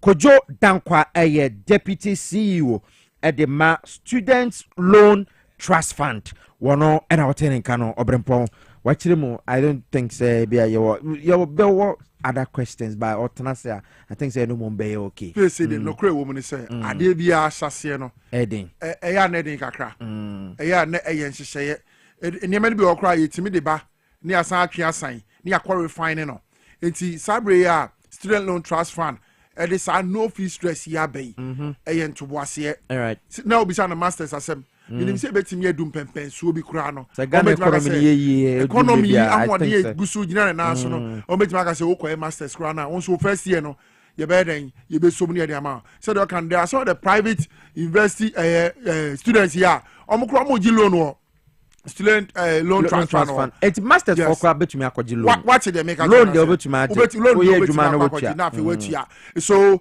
eye hye the year can say a school for the air catcher is excellency John Dramani Mama say Yankupon Shano Yedanase because a binumwa na common so dieda then so many my dear pa send come over to Yako Siaponum no so macogentity pa aku nimidia o metimidia bomb abrabono abibia neska come she nti se wanya abusia koko abusia gold abusia sase abusia japade bi ne yanton afa support na adwini yanko betimi dia bebe bo man na wafa ne ntoma pa bi afra no na academy nti sabre saban sei na every first year wasase minim se ekọ anim no so mu hunu se aha nkọ yie ne yenko support ya ye di sa support no so be san ewura ho na afei wo bi biara waye na adwene se obekọ school nko ade abo ne bra abo man Ghana ya be mu no abana timi atai na chi na waye nti Yankopon Shira His Excellency John Dramani Mahama NDC aban yi so mo de sade abebo Ghana for yeah nti obetube de wadwen traba ewo dwumadie yi so ewo Facebook hwehwe Power 979 FM Power 979 FM do adventure by back in Kenya and so the amount hefa na wote enka free ma yenso yento nka live Dwabo Ase dwumadi so Power 97.9 FM and afa TV XYZ na do adventure ba Haxa capsules no we just want to pay me come for and so the amount say we yefuru na ye wo ya ulcer yefunu kro na tete wa da Roma kode kope Haxa na Haxa capsules CB ye betumi abo pa ye no ni nyina ebomu eti da Roma wo ko pharmacy bi e ben wa na akwa kope Haxa capsules sene be ya won so wo ulcer no udidi a na afi ejirejira wo bro na weight loss ahodo chest congestions no ebetumi deal with it ya tworo ho ulcer tamfo nti ulcer no atatawa ama wabre adaroma koneko pebi Haxa mixture, Haxa capsules, ya tro ho satan for ye green. FDA the stamp team so say onoma e betuma boa. Only 12 years I want to me numbi. Wonye ma won ka ho ntumi numbi. And I ma ba no for so want to me numbi. But can we say FDA e the stamp team so pa say ye dro papa onoma e betuma boa wa ma also no e free ho. Oko kan si drug lane do ye busu ho pa anya sam ketwa. Cat Pharmacy wa Medina, Little Georgia Watema Community 5 Ducat Pharmacy wa Kaswa. Crazy price drop sale no. Ababelande. Franco Trading Enterprise asaba bium. Our the crazy price drop sale no enso de aba. Na ni nyina ne say free bosume ne de to so me ensa kopem ne de to so du. Ene 70 taka 3 days. Na ye price drop sale. It TVs no range from 32 inches to 100 inches. Eno ena yatete bo no so eno yasate so first na yato so 40% we yasate so biom. It chest freezers and refrigerators no eno so yate so nti sa promo way nema me ensa TVs ranging from 32 inches to 100 inches. Chest freezers and refrigerators and phones no and a crazy price drop sale no account. It's a man me say crazy drop price sale no crazy price drop sale no, don't miss it. It is Skyworth TVs, Asano fridges, deep freezers, mobile phones ni akeka ka hono. Ubeduro ya babo bona che na obi wonu so wow ya tete so papa. Fresh 0246 422 338 0246 422 338 and 0555 939311 na kwaje de Google Play Store no so ye app no ho Franco Trading app no obetumi download na wonso watumi ho kai sense hye kakra eda ho maye kore nkotwetwe nkomo biom ohene bana na kwesi ansa efri takwa ena wababa be kamensa ene anopai mampanyina yi ne last batch of ministers a wo baba som no ede na takwa for kadia found ni minister honorable Afotofi from Jomoro Elembele area wono atumi anya appointment Samsona Professor Dr. Grace Ayensu Dankwa and so atumi yatepene as Deputy Health Minister na Western Region for Adetna or Mokasa openyi me machama kwaba ede bajumedi so yo mejo so medeshi am fefo bibia boko de ya mene umpai bo ye ho takwafo wo ho ye oh takwa boko great na ede ani mu issue ohereba anopai say mampenya in the last batch of deputy ministers I4 honorable Sukparu, honorable James Jache Kwesen and mame Dr. Afotofi and mame Grace Ayensu Dankwa ba mo say mampenyi nanke se ohwe takwa kwan be so den sem na mo de na manope yo ofa me da wase eda watiefu ase eda honorable Julius Deblasi ejumawura so no na matakwa yeso yasa fatabi because ene ne kwan ba akopa yenya kwan ba michia me papa na nakwa bnabno ene na nanvinda ene mikrom takwa fo ina ene wasafo ono abu ejeminsa Dr. Tony Obe michia mu ina Erika fo michia mu Dr. Afotofi ya manitirinkwa ya wonderful woman nti ya manitirinkwa pa okay mese mo issue ni say because ya tese takwa fo se mo anya appointment ni bi sanity no crowd a team and I will represent you more ha say me represent Wasa okay me represent Wasa represent Western region me represent Wasa because Western the bit back I said doctor say wumu ono obama kufubu a wumu Emiliata wumu and yawo Nelson wumu asana Professor Dr. Grace Ayensu Dankwa no so wumu na emum akoye afa ba kope so ye problem no honorable amakofi bo ayenzimani Afotofi yenzimani yes Professor Dr. Grace Ayensu Dankwa wono no esikado ti enye fa ba ko fie ba ko pe samafo nso anya bi fie ba ko pe fie ba ko yes because Wasa no West region no eso na West region ye campa emu ne maame ene takwafa because ho na ye beka se Ghana nya ne resources li free what you say West region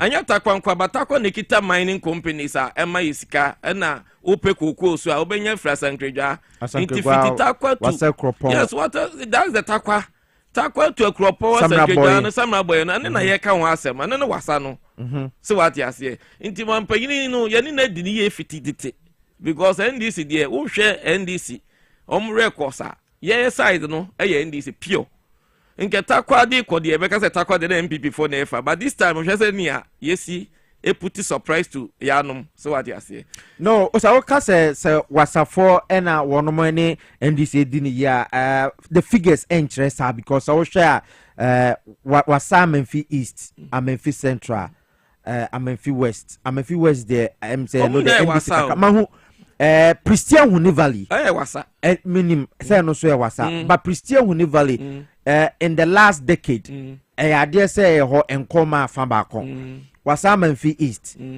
MPP bedi na NDC abedi na MPP abedi eti ano so nyina fa konti so kasa mo ne NDC for di ni ya takwa results no actually different Christian Unival there actually different make asama wasa for na make no ewe takwa akosi samna boy nsu na no and na nchi de because of mo akeka no fofo ho nti nti ye kan west ye ka wasa nkasa asem on si abubo ministers a amampanyin di adom west region but we sa 7 area no wasa east ka ho je mean sa no side na aka ho a ye nya one appointment kra the waka ina akoye nsu ho for that is the coastal side of western region but it is still the western region no the thing say offer but I see ohini ba ne de ne papa etiase say wo koyi nkrofo free western region aye honorable Dr. Safutofe aye me main woman amako bu ade me kasa me amedin wo TSC aye ni photos no about the vetting na me taking the pictures so what you say Dr. Safutofe me ne omo photograph apart from say the obo medin na no majuma me ye ma omo me no ye close and ye ni problem wo ho but akwai say fie krumu man yesesa omo ye no ye water kwa kosi asankedwa wo kan aprapra krokra no a then na sabi ofa sabi mbacho di jade so di munane nam adetira wo kase ye edidija because say ye foul say brabesoma ye power say swafo anase edidibere bi so nsa say nye didie ye osom mo ne som ninti na me kase ye wasafo no nke ye pese ye kondo politics but emra bes no koina na ye yi ministers ye bre na ye ba power ye yi ministers ye nya bi Dr. Tony Obin ye wasani ene wono wanya ye dibre good ewo petroleum hub wono so ebo na juma abanya etwemu na wo minerals commission mo oye me mampa oti wo hwe program so wasani the Americans on nkitini the only person ofri wasa wonya sa akwanya no only one ekuo ben na oda wono ma no me da wasa kua no wasa brand here because me wa himfie ofri wasa kuro ben so mbacho bi fita konfra wodua fie awodua fie okay eti na esa wugire moma eye wasafo wasa nyina basesi ano mampanyi wayi ne ministers nyina ewie ebi ni hobiom asamba akoye me ya anka me pese me katoa so se ebi ni hobio a MP a owo Amenfi Central MP owo Amenfi Central Joanna Jan o mampanyin kai no se de awuraba isi abre ye nyina wa wo ya we se de awuraba mi ye wasa ye kasama wasa wo de se ko mampanyin anya bibia ma obia mpa wasafo asem ye masem but ne wo kai mampanyin yi ni deputy ministers nyina ewie ni deputy minister nko ani adwuma ye de body mpa ba wo mu guso mu yiyi board anita mo ntwen na ye yiyi board members nyina ewie anya first time eba wa fidie isu ni adam ebedru ya do se ya na the host ne eka ye na ye ya se ye betwen eka 94 yi de ya bo ho mpa ye bia hofa ya bo ho mpa ye bia la ba bia bipo bia wo wasa bia ya kogina so ne nyame akasa fa ho ebe wi ase ni na sa kofi krom na sabi produce wo cha de na ekofa akora so the other side ye mu mpa ebe kasa but say ye kan sa de and I to say ye tribal politics anya tribal politics of no because western region for nyina ye nipa ba akon nti sa wo kasa free coastal nko a no Dr. Tony Obin so free wasa side on anya bi that's the boss ba ko pesi wo one Dr. Tony Obin one min ka say ono de sabi ono program ko wotie onim say me ba ha because sabi me no ka say me ni te say onu me ni te say ya me no ka say nti say ada na mo hwe ni ye hwe anim say on kai Joanna Jan o kai na enye ye obeye kire say omwa nimbra uraba na bre ewo sama yo say mi mampanyin ebontoa no as candidate for the NDC wo kan say wo ba wo beyi ministers 60 na aka 4 no list na ba enti asa me pese o mampanyin oba bon to ya no or promise Amenfi Central specific say Omumwa by one because the first time obani na said the share how na so one promising is the money minister me pacho one can minister na make catch say any ministerial appointment in Kuani adia ye person man pay share was saying yam yes I am fair sabi o man pay mahama dan betam catch say yam friend mahama ye fe na agenkwa mahama ye wasa de ye nim say agenkwa no na emum so che ya de ye bebo mpa ye wa hasen kon kai na se wo man panyin fan crofo board ni ade bebre na se Dr. Tonyo Binkiti ni baby a ni mpofa ni free wasade a oh uncle okay Mr. Eti o person ka Nicholas Amankwa Amenfi East MP yenhu no ba se your friend is saying Dr. Frank Afo I'm friend say Eric Afo so I chairperson wo committee or parliament of finance yeah the chairperson yeah yes raw it's Satella na yewura Robert Uzon na Joanna Jan and Nicholas Amankwa can we mpo Ejemensa why deputy minister da but your chairperson road committee or parliament now for the chairperson kwana woka minister not reported to him on the camouflage of minister minister reported to chairperson and no interest yet obi mpoti mi krom takwa bonim se ono abu Ejemensa ya man the chairperson wo that ministry na wo ebe on nenkan ya na se ebe amona Erika Afumbo asankejwa afo kra nim se omu amane ba bia o tra so ye adwuma ti ye besro man panyin se ye beba ha pa ye bekoso atra fie because me nkrofo etie wasa na nye nkrofo ba ye bekoso ne mu atra fidiom ha me se mu nkai Joanna Jan yate Mampenyin okay mampenyin ati ba ministerial appointment ne de ayema eti only ba emre for mampenyin ho anama kama sa emre na so nti da foforo sa oba ya besa atwetwe nkomo onye ba na kwesi ansa efri takwa wo se o represent wasafo nyina na wote se ye ne no ebo enkomo ena no pay Hola Sevia Haba Clinic say men catch us on Asia Tata no brana ye ma wedru onso oye obi a onofo no dwaba bedem stroke na etete wo ho to so kidney issues no sisi yade e bra ye betumi aboa wo ama na ma tumi akonkan pa sa so na koko na ha wa na say asthma when na say asthma na edru just womba Hola Sevia Haba Clinic asthma e wedru etwa epilepsy no so e wedru a oba e betumi aboa pa assignment ye ne access bank credit share anymore friend 057-665-6658 057-665-6658 ofra empanyefo e betumi age wo so na wa yemre wo mpam nyina wo betumi aboa wo 057-665-6658 0200-623038 ofra empanyefo e bejo so ye to adwabo ase dwumadie ne so dwumadie de bebre na e so ya kan gudie mu nsem ya di amanyo nsem ho nkomo kakra wote se ni kojo dankwa etwetwe enkomo eno achi ese yetumi ebetwetwe nkomo biom edefa eye ya pomudin ho ensem ho na ye kwa apomudin nsem se na adwada bia ye no true word for eba ya so ye no me aba abetwetwe enkomo emaduro ewo ho emaduro e for supplement ahodo afri India ba edi djuma gidigidi no eyade se yeguso aye bo ho dawuro enso ede ama omenu aba na trase opanya akwa ba meje so hene bibia boko de nyame gusu shirai true way tete say no pay nyame adom ye bo adwuma de so mo my Ghana ma hintie we ena no pay so yemfa enchia sonkon emma yahwefo eni yetifo a mutie ye inside yi True What Pharmaceutical Company Limited ena mama enenso ye ne mu adi ehia na True What ye ka eye Indian company kesia yaso ye no ewo India ye no ni ebi wo wiase afana nyina nyame nchade ebi abedru Ghana hanom ama FDA fo aye nhwehwemu ade afa ye no ni nyina ho agye atum se eye papa ebo adwuma enti Ghana fo emfansa wo mo ho yare abribia aya na ye taka chewo se eye India hahama ena yakeka bom ade aye ahabandro ya ebo adwuma na ye no no senia esitie no yemfa aduro baako ensa nyawe mienu dabi True What Pharmaceutical Company Limited mama ye no no aduro baako bia esa yare baako na enura ye de abadwaman so no abribia ye hyase se ye kasa aya na ye kasa edifa ani ede no ho mama True What Vision Capsules eye eni ho adwuma esiesie eni no enti mepacho tie dini ye ukọ pharmacy honom anase ba bia ye ton aduro no na wonfa True What no ansoso a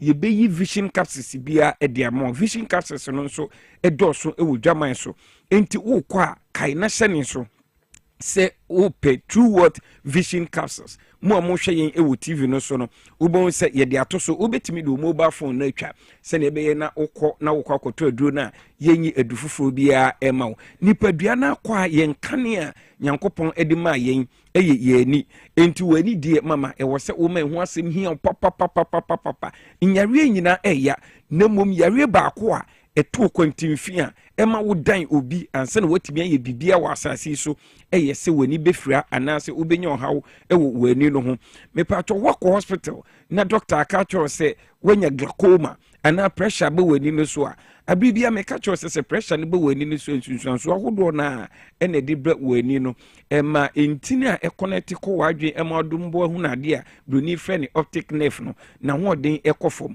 enkakran na wantu anamon a wani no ebe biduru mpempenso bi ebe befira kra eneye true what vision capsules wo ho no entena se entwen mama emma wani no emfira obi wo ho a nani no ɛso yɛ ne hene na opisa epru nsuo ayɛ kokɔ nani no ɛso yɛ ne wisi ayɛ sɛ abo bi egu nani no so mepaacho wo yɛ obi a ade ben wo a unhunu ewa akiri nso a ohwe a unhunu wo bi mpo de ade sa na esuma duro no kra na ye ka ne night blindness no wo yɛ obi a wo sa oha we nyina bomode ase obehwehwe true what vision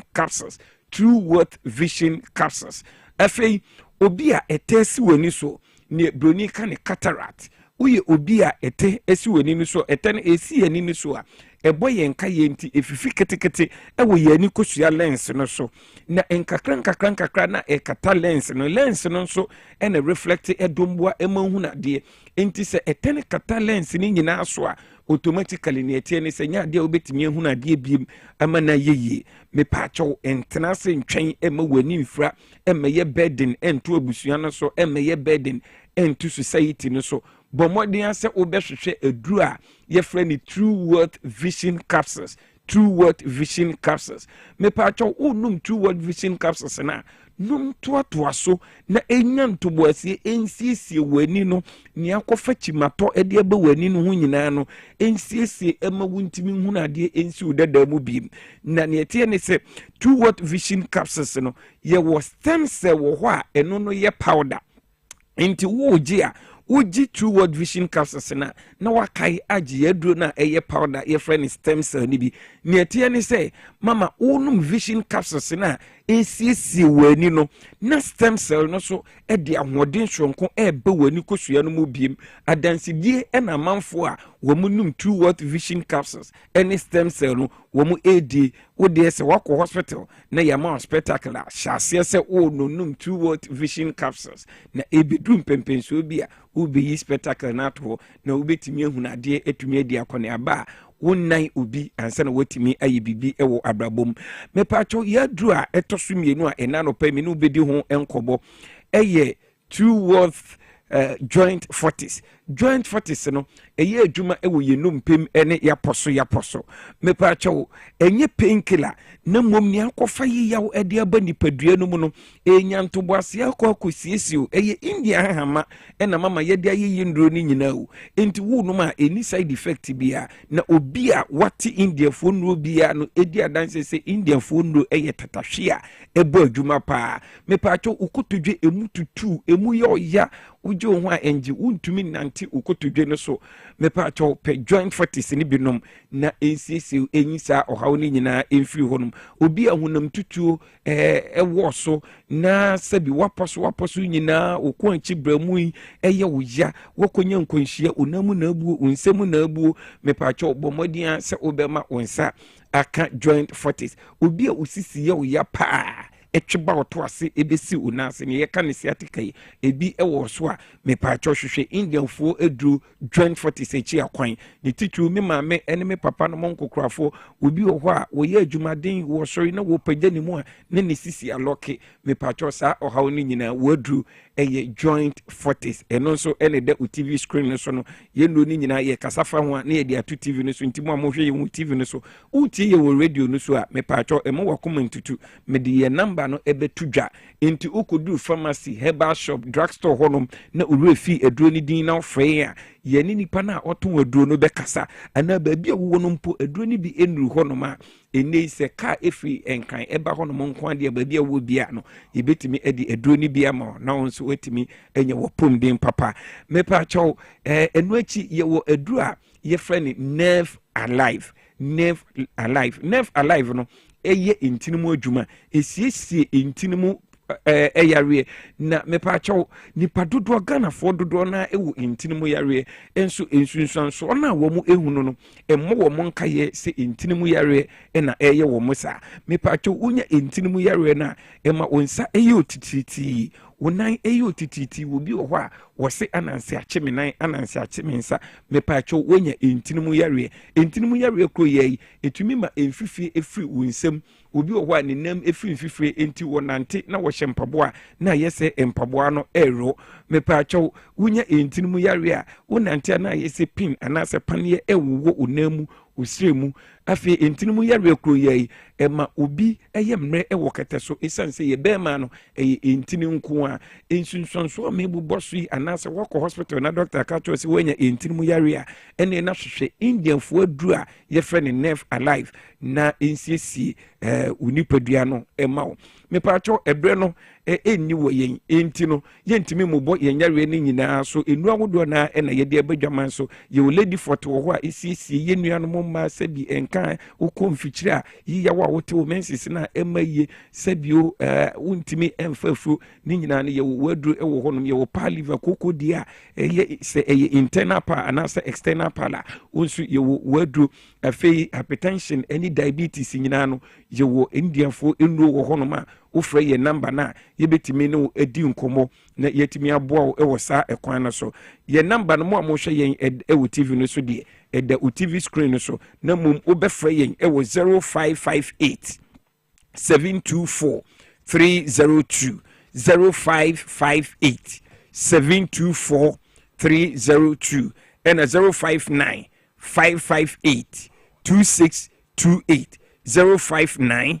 558 2628 ene yeda yetifo ene yahwefo nyina asese munya bre edema yen nyame nhwam nyina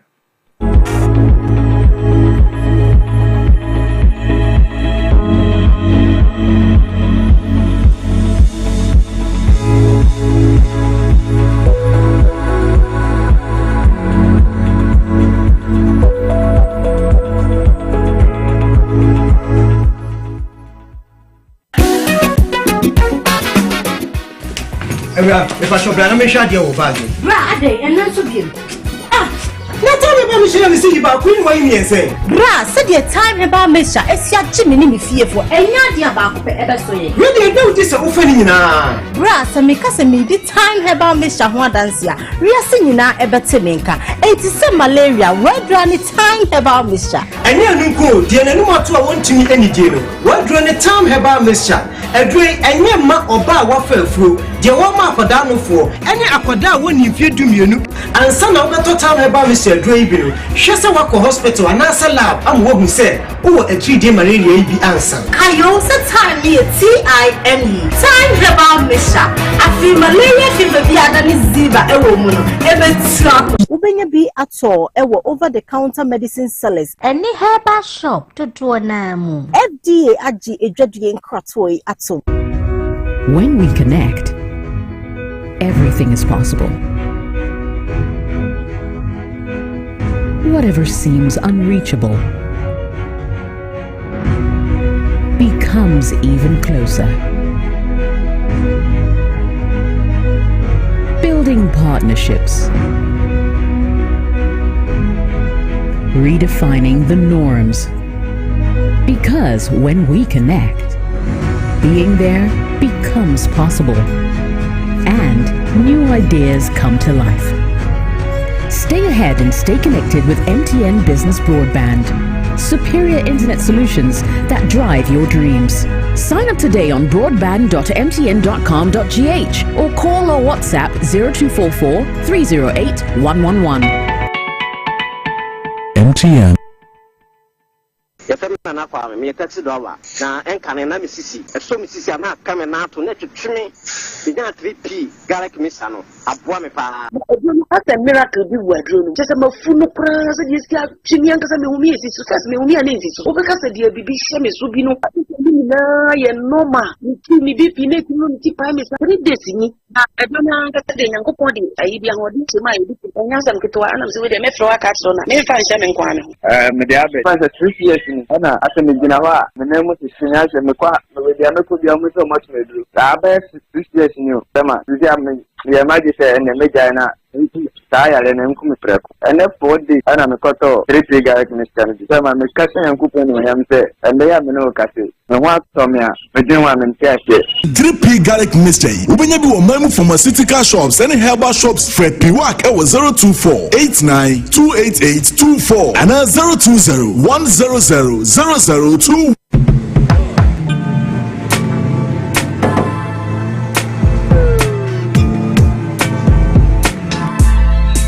Welcome to AutoCheck Vehicle Diagnostic and Licensing Center. I hear my car can be checked here without going to Accra. Sure.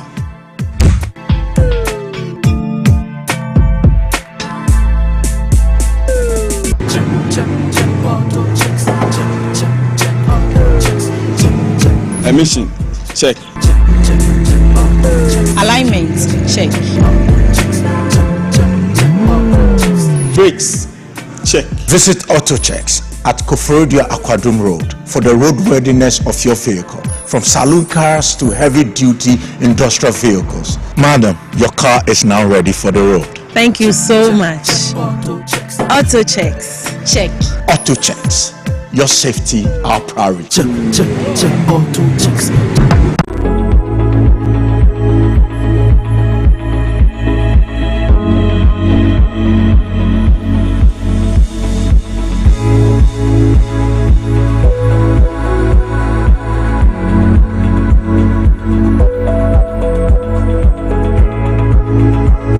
The superpower of the airwaves is here. Power, power, power. 97.9 FM.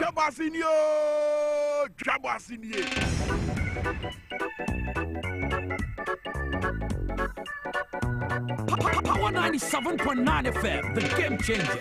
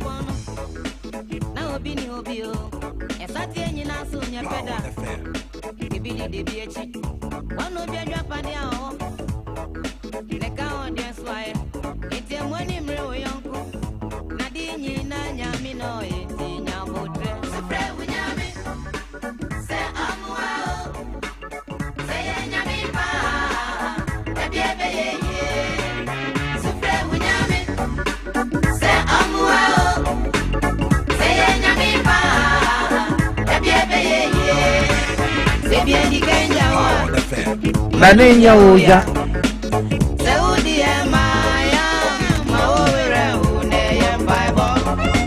34 minutes after 8, Dwabo Ase Jumedi Sunday Power 97.9 FM TVXYZ. I'm actually the day so free unyame se wo moawo otini ye tinyame bia wujini de no na wo so afre no obeboa bibia ba fine why ye hia ni se otirimu ye fine for otirimu fine nante bibia ba fine ne nipa beka de as far as you know say ne wo ye na ya de papa de don't worry because after the power share beka ho asem one shebi so beka ho asem it is a wo ade na be ye she papa ne preko move on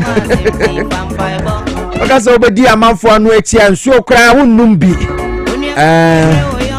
MTNC anopemen kanche say we oba wa starting hustle wa bi adwuma kakra to akwa register with registrar general's department ebia no aduane ebia wo ye orders de ma amanfo was me kan to say we oba na wo hustle no wono mahu pa and they are cheering you up.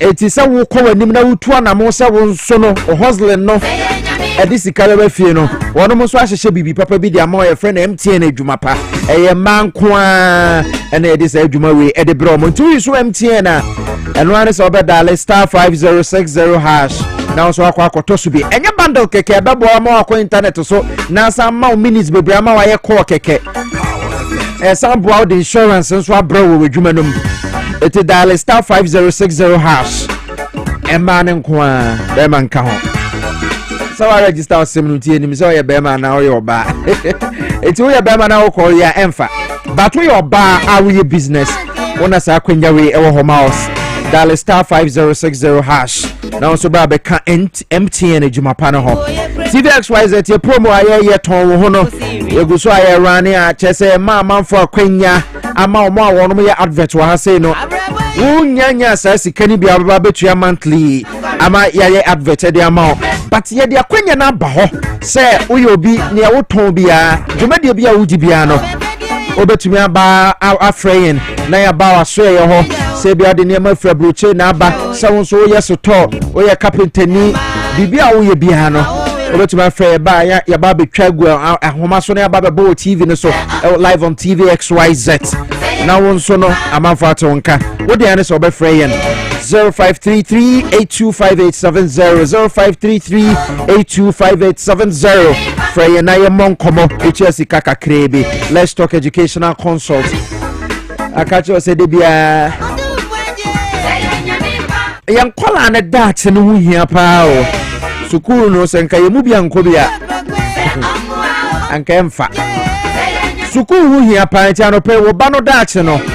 Let's talk educational consult, entrepreneurship, public speaking, art, and technology. You use Montessori for curriculum, no? It's a Daroma. For Obani Bra, your Teshinungwa State, Lejo Kuku, Municipal Assembly, Nature, Wape, and Street needed the Mango Street, Teshinungwa Estate to the Obani Bay, Butch Marshano. Madam Tambombe wa boa ma obana ba na fe yakere na de no so aba baye panyin kese da chi bi eti baby a obi a temane ni mpotem sakomo no osune ni mpotem mo fa mo manemra ya behwe mo kama pa 0249069821 Madam Tambombe se wo ye parenting 101 edema awofo nso na kwan nso yemfa so hwe ma no eno nso enkoso ba anyway yenkore nkotie ni nkomobo awowo edema ye ene anopai yaba Delali se wokpo ebetena se wono eye kasama for the Ghana Ports and Harbours Authority yene ne etena se na ya kasa ene yese 24-hour economy no ya shase wo ports ehon se mete sen ye ko na ne Madam Tambo ba twetwe nkomo ye ba san nkomo twetwe no ebeto aso sisia. Good morning once again. Mommy checking in Tifu. Yeah. When I watch again on TV, so na me ma a beautiful good morning. Why just so? And I pay them when you know say Mondays to do them but na it's all about education. And them segment here terminal educational time bomb because yes it's a time bomb do what day your boy and who. I know that as a parent at the moment maybe you are thinking of maybe a baby as a woman from Manka Kama Bokodama Piesie Okrah. Let's talk educational consult in AFE. Your Tashinungwa Estate, your Balajakuku Municipal Assembly on the Mango Street. A whole and a year war. I am a farmer chum. It's a place I had my farmer ways 6 months.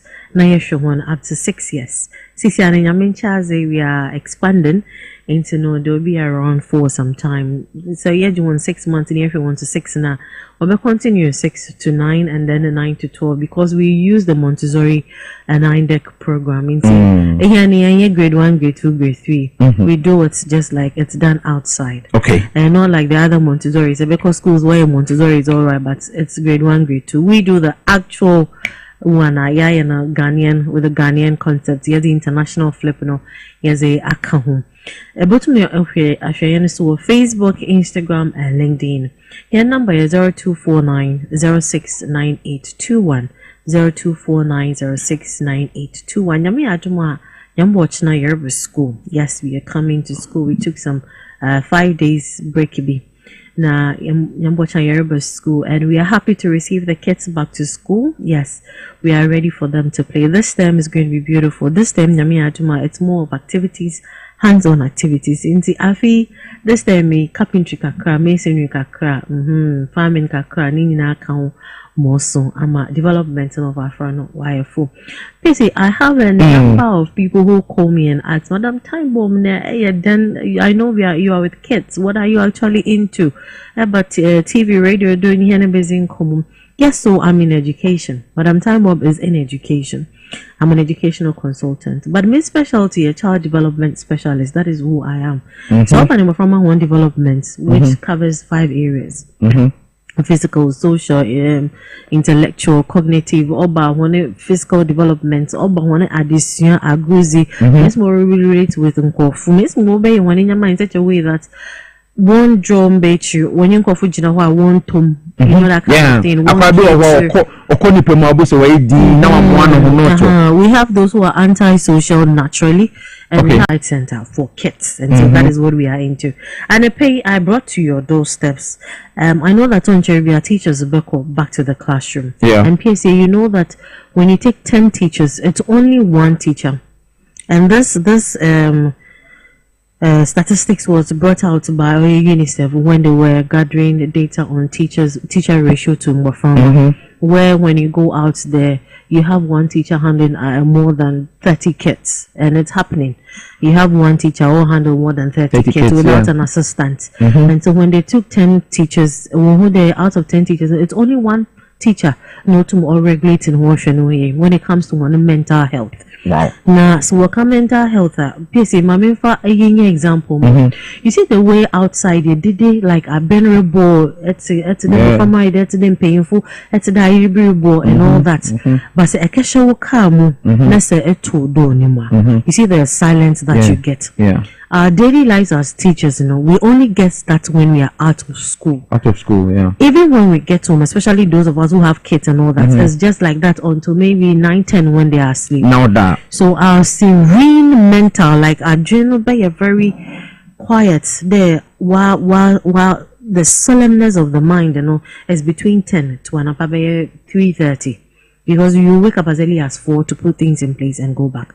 Into 1 out of 10, meaning that person could be a man, not doing homely activities so much with the kids, engaging them, and then coming back. And so I'm here advising here and teachers in the day. Whether we like it or not, our kids are looking up to us, and we can't get to your sanity equals your kids' development or classroom. In this area, man, as a teacher, I'm a pocho. Mark yourself that whilst you need that. I watched a video of a young lady who took a video. It's on social media. Ne mami na ne papa. Na ne mami ye chechenyi. Na ne papa ye chechenyi. And the mother was marking papers as early as 3. And the father was holding a phone and then was like, I don't know if their lights were out or no was a phone. And she was like, the life of a teacher. If you plan on marrying a teacher, you are going to face it. So upon all this, we bring work home because we mark papers. You grade one. Just imagining me that just Madam Time Bomb. I'm into this journalism, I'm into education. So ask yourself the number of work our medical fee and all that. So this morning, I want you to know that chronic fatigue, emotional numbness, sleeplessness, detachment, overwhelming, cynical act and all that, overwhelming. And as teachers, as you're going back, please, your planning is very, very important. As teachers, we prioritize them from we forget that papers also have been mark, notes or at the end of the day, so please, planning is very, very important. If you're a teacher and you're listening to me this morning, so I teach teachers how to plan. The simplest and the easiest way. And so we have programs out there. Into a school, let's say invite you for training now. We'll come in and train you. In-service training. And to set your health boundaries, I beg you. And also, you're better than set your health boundaries. We'll work life now, there balance. And now there is a coffee. Plan yourself. Today, Marco school. The day has ended. Tell yourself, today, I'm not taking this home. I'll come to school early and do it.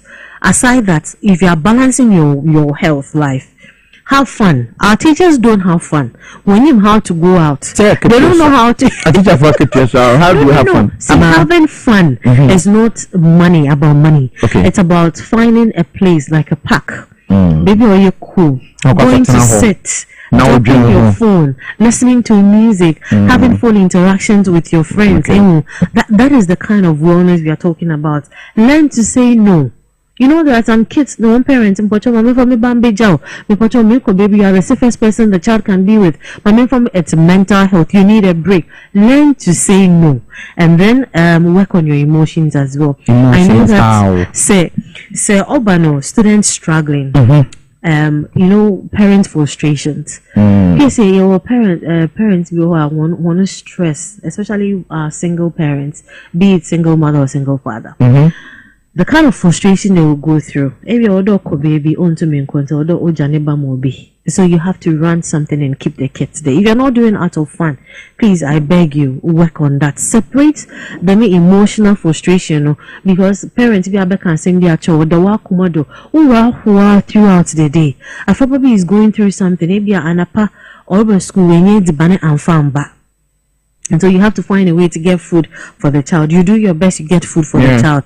That is your emotional separation should be there. How I the main experience of school, find a boundary to it. So I normally tell teachers who come to school at my end on all those we train that when you get to the gates of the school, leave your emotions. That is for the students. Leave all the problems. Come in with joy and face the kids. That is one emotional aspect. And Piesie, when you are stepping out too, leave the issues of school at school. Carry them home. So draw a boundary. Know yourself. Then your papa. Issues and it goes for our teachers. It's no. Obi send me message say, "Dey putting now ye. Oh school and say, oh you be a training a teacher for." So, Madam Time Bomb is an educationist, as I said. Me train teachers, me train school owners, me set up schools with my teachers. That is what I do. Yes, I'm available for that. Yes, I'm into anywhere in Ghana. Yes, I'm into consultation as well. And my specialty, your child development specialist. That is who I am. Because I'm into kids as well. So if you come to me for consultation, I'm available. You want to set up a school, I'm available. You want to train your teachers, we are available. As parents, you want consultation to understand your kids, I am available. And in Portugal, there is one thing I want to pass before I step. You see, there is this project going on, Feed Ghana. The best people we can start this Feed Ghana project, that is proper agric, is grade 1. Start with grade 1. Class 1. And you best start with them proper agric. Curriculum no start. Was started waiting for yes, start one. About the basic 4 years and I want to grade 4. Won't do class 5, class 6 wafa. Call us on 0249069821. And I pay my my honorable producer. My main chair, SST, Grandpa. These are my parents, Mr. and Mrs. Ampo. All right. Now I'm the one I see. Let's hear Mr. and Mrs. Ampo.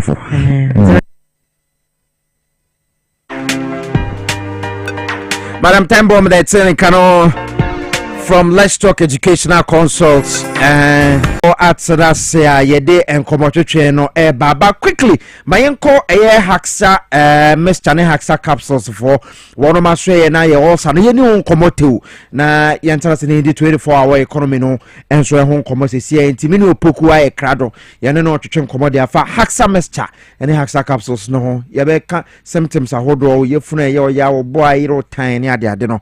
Edru ebeboa no ma yenkotie yenu opoku na ewia yenko matwetwe ne so opoku som apomede ya de a ho behia se always bia no obehwe ne ye na se wapomede ne ntumi enyina ne na so ya na ede oha kese ende bre ni pedua no eno ntina ho behia se bre bra no bia no obehwe wapomede ye na ene ye ba betufo afa ye na pomede ba ko a etete amanfo pa na yasan so ama ho solution a betumi abo amoanya ahoden kese ene Haxa capsules no mesha esa yare osa ɛde bia na wo ɔsa no mmerɛ dodo a edi mfi dodo bi a edi no aduro ba ko pɛ na ohia ɛno ne betumi agyew ɛne haxa capsules and mesha enti yɛna ɛwɔ TV so na ehu sɛnea esitie ɛde sɛ mesɛnea medical ahyɛ ase aka no de sɛ ɔkɔtɔ aduro na sɛ ɔtɔ set ne sɛ because we bia na obi wɔ ma first time afei na ɔhwɛ na ɔtie a ɔkɔtɔ set no enti TV so fo ndie hu sɛ ɛyɛ 2 bottle no iso de no bottle mienu na the capsules baako aka ho na afei one nom anopa area ne anwumre to ba no 222 na etumi aboa mo nya pomede no na ansa na mehya ase akokasa no so no ama yenyina yenya mu nti ase na ma chechire mu ye awosa no yentie audio a obi ona wo hya ase se wonnom haxa capsules no mehya no adansidie se me ba last I make mehya ho bo se me bia adansidie ahodo bebre mo hu se haxa mesha and the capsules no edidwuma so no enti ho be hia so so benom bi sene a osa no esi akodu bia no so benya pomede enti yentie audio so na efrimu eba na dansidi ahodo a eba no from prosper you be a asa tete me papa ako hospital dorum bia no ekufuma na asanso ayede aba ena no haxa mixture and the capsules na mkokutubi ti mkokutubi na 3 days am by do na menu na medidade chin pepepe na pains am metu mu fumu nyina ni ejai in fact 3 days na minti bibia nti CCI make say promboro also say den we na fire eduni de papa edwani ye djuma nkasa edunu eye djuma nkasa eye djuma se magic enti se utie prosper de na bra onu mu adunu wiye no hwa dansidi a wodi wo ho se aduru no agye no no mpo edi adanse se aduru no eye papa enti won so kwaje haxa capsules and mesha no na no bi yentie ofoforo nso so edi are on so kai Pasha Fami Crystala Mute Komase Tafu Pam Chrono. Namiyam Ayame Yapam Mintini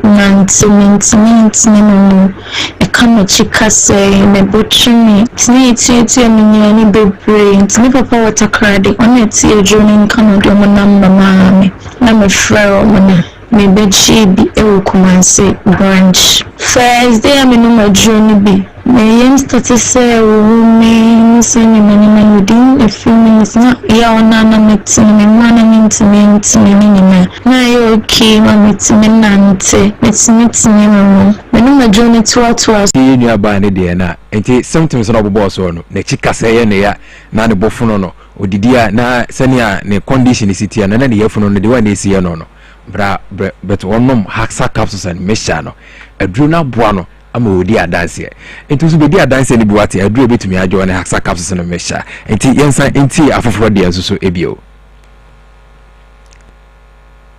yo adofunu tedenyamia sise de haxa mixture abawi asiama yen enye Ghana nko abawi asiama yen parce yenu mu a na ye yawe osa adidi mu ache na ya nu manu one time bi na me TV a capture smart no di ho dance pa nti debi am ko try na maami be ko try ba ko try ni ya we na ye osa na adidi mu ache na nu se ni da so no anya me na haxa mixture so ama me so momotomi isiro bia se obia owo how to send me ache obia betuma kotobi na okota ono so be dia dance haxa ampa eyo osa atamfo ampa awishiro be na baba enti se utie adansidi ahodo aba edoso bebre na mre nti yintimi mbo dodo na yebo we akere wo se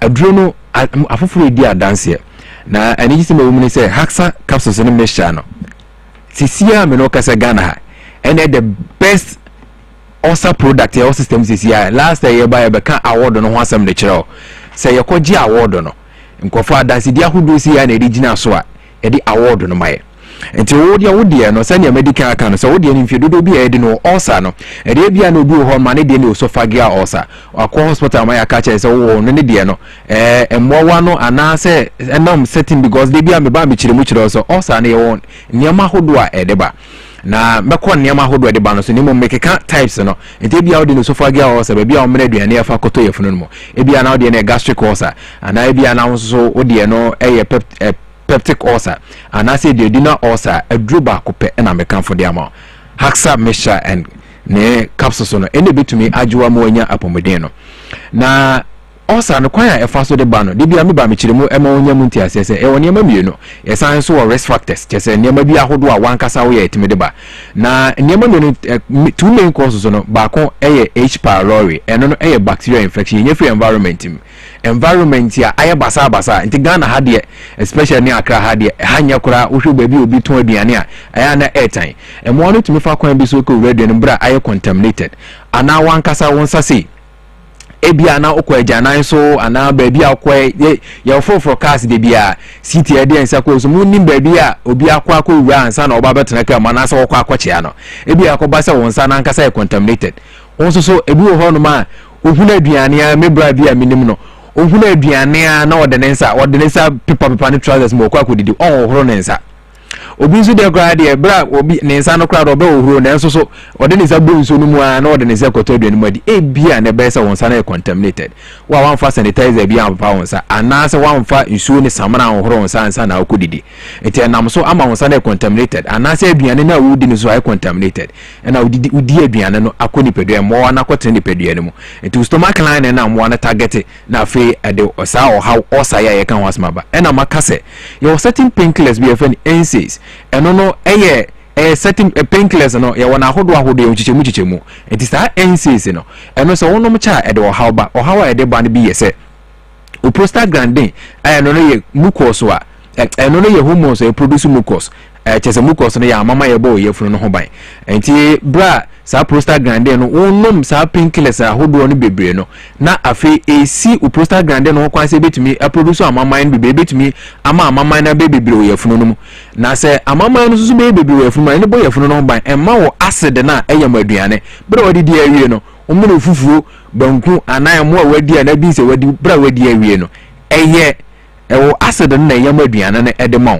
enti sa acid no so bebre we funu mu aya na ehadwen especially stomach line na aya na ehadwen enti ye mucus na ya kire se wa mama ni na ebo ye funu no ho ban se embema acid ni bebre na mu se bra wonum sa painkillers na emma mucus na ya kire se mama no embe ye bebre we funu no mu emmo ho ban enti abasa na acid no abe bebre ewo ye funu mu afi edi kuru ba ya nka se enim se na acid na ho odin sitie ebi mpose so obi ehwe acid agu ho ne enim se na esitie enti se acid ni bebre we ye funu mu a aya na ede ekuru na eba ekuru no so a na eka akosi se ulcer no eno nti na adruwi ewo ma haxa capsules and mixture ewo ho ma se obeji adruwi bia no na mi kan akosi no eya na obi wo ho ma start se wo no maduro na eya na ne yafunu mu no ya wo no kra na ebi ote chen first no kra mpache ma na ha e kire se aduro na start ye adwuma akokan because ulcer ye kan ho asemi ekuru wote ulcer ekuru ba bi e beto no na yetudi enti na stomach ulcer no duodenal ulcer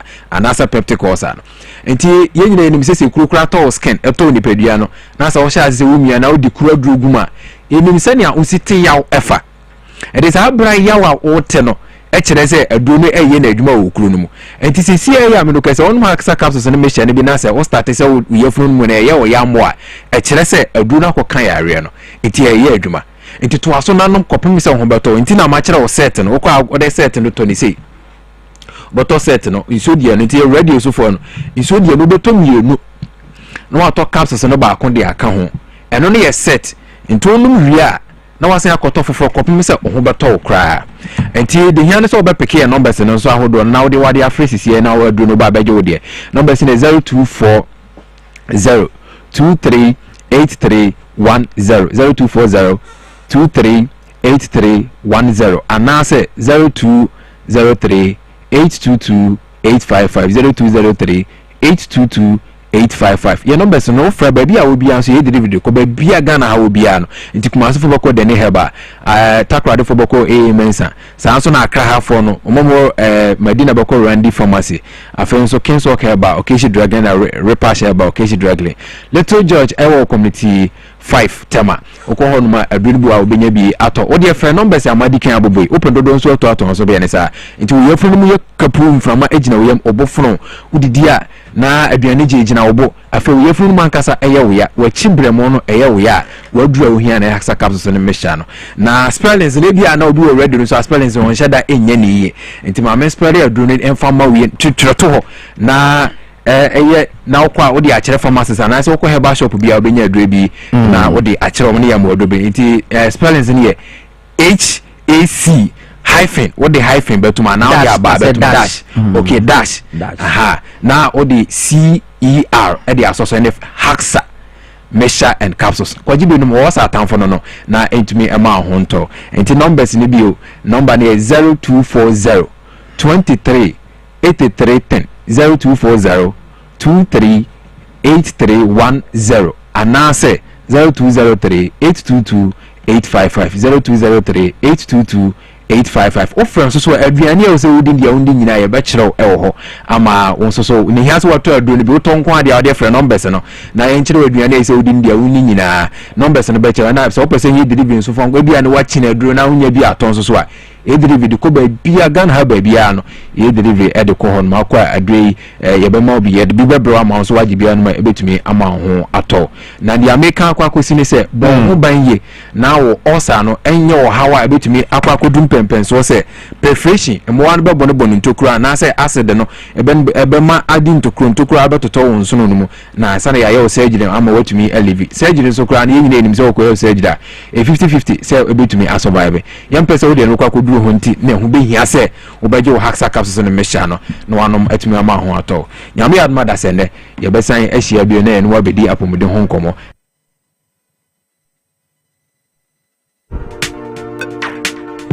3 minutes after 9. I was your friend Mamina Kwaba the Dwabo Ase Jumede Subi man. The about chance na ya bon komona no. Mensa ka promo no yeguswa ya Power FM the Mensa kano de abrewo say bye bye to financial stress. Ni nyina ne say na so use MTN na say Telecel. Akwanya na ma say wo mommo kakra wo phone so a onso agro we wo ho kwan se wodi bi etidibi na onso di sika no boom anope ye che sika 500 ne de guswa ye cheche na no ye che fridge esa che ye food processor but anope ye che sika eti Power FM ye de ayeso ye de bo ni anope bi a wa ye she unya 500 bi anke betumi adwojo ne ma bi ama ye chama ni pa be 3 star 274 hash star 274 hash. Now what choose Power FM? What choose Power FM?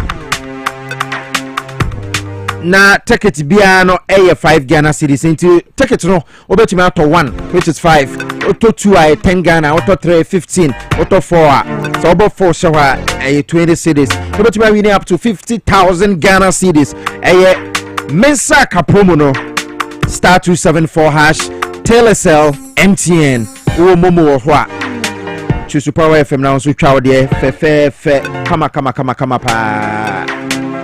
The last of partner say na yababa twetwe enkomo ewo feduemo hade afa 24-hour economy na ese hu as Ghanaian person a wo business wa wo toniema na ese hu but mayin twa ye ho emra sima yaba na aka nyina ye de beto aso de la ekra do feduemo hase.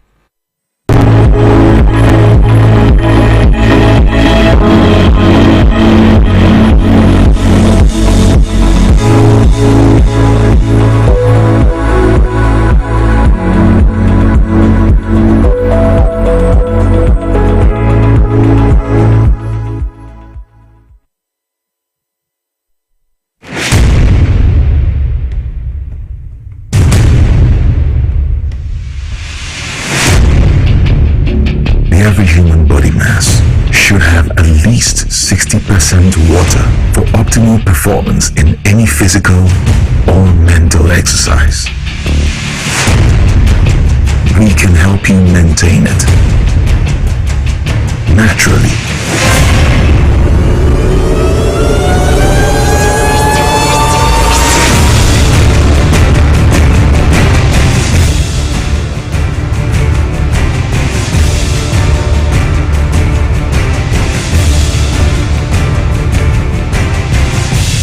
X Natural Mineral Water. simply natural. For bulk purchase, call 0596 273 546 or 0596 273 547. This advert is FDA approved.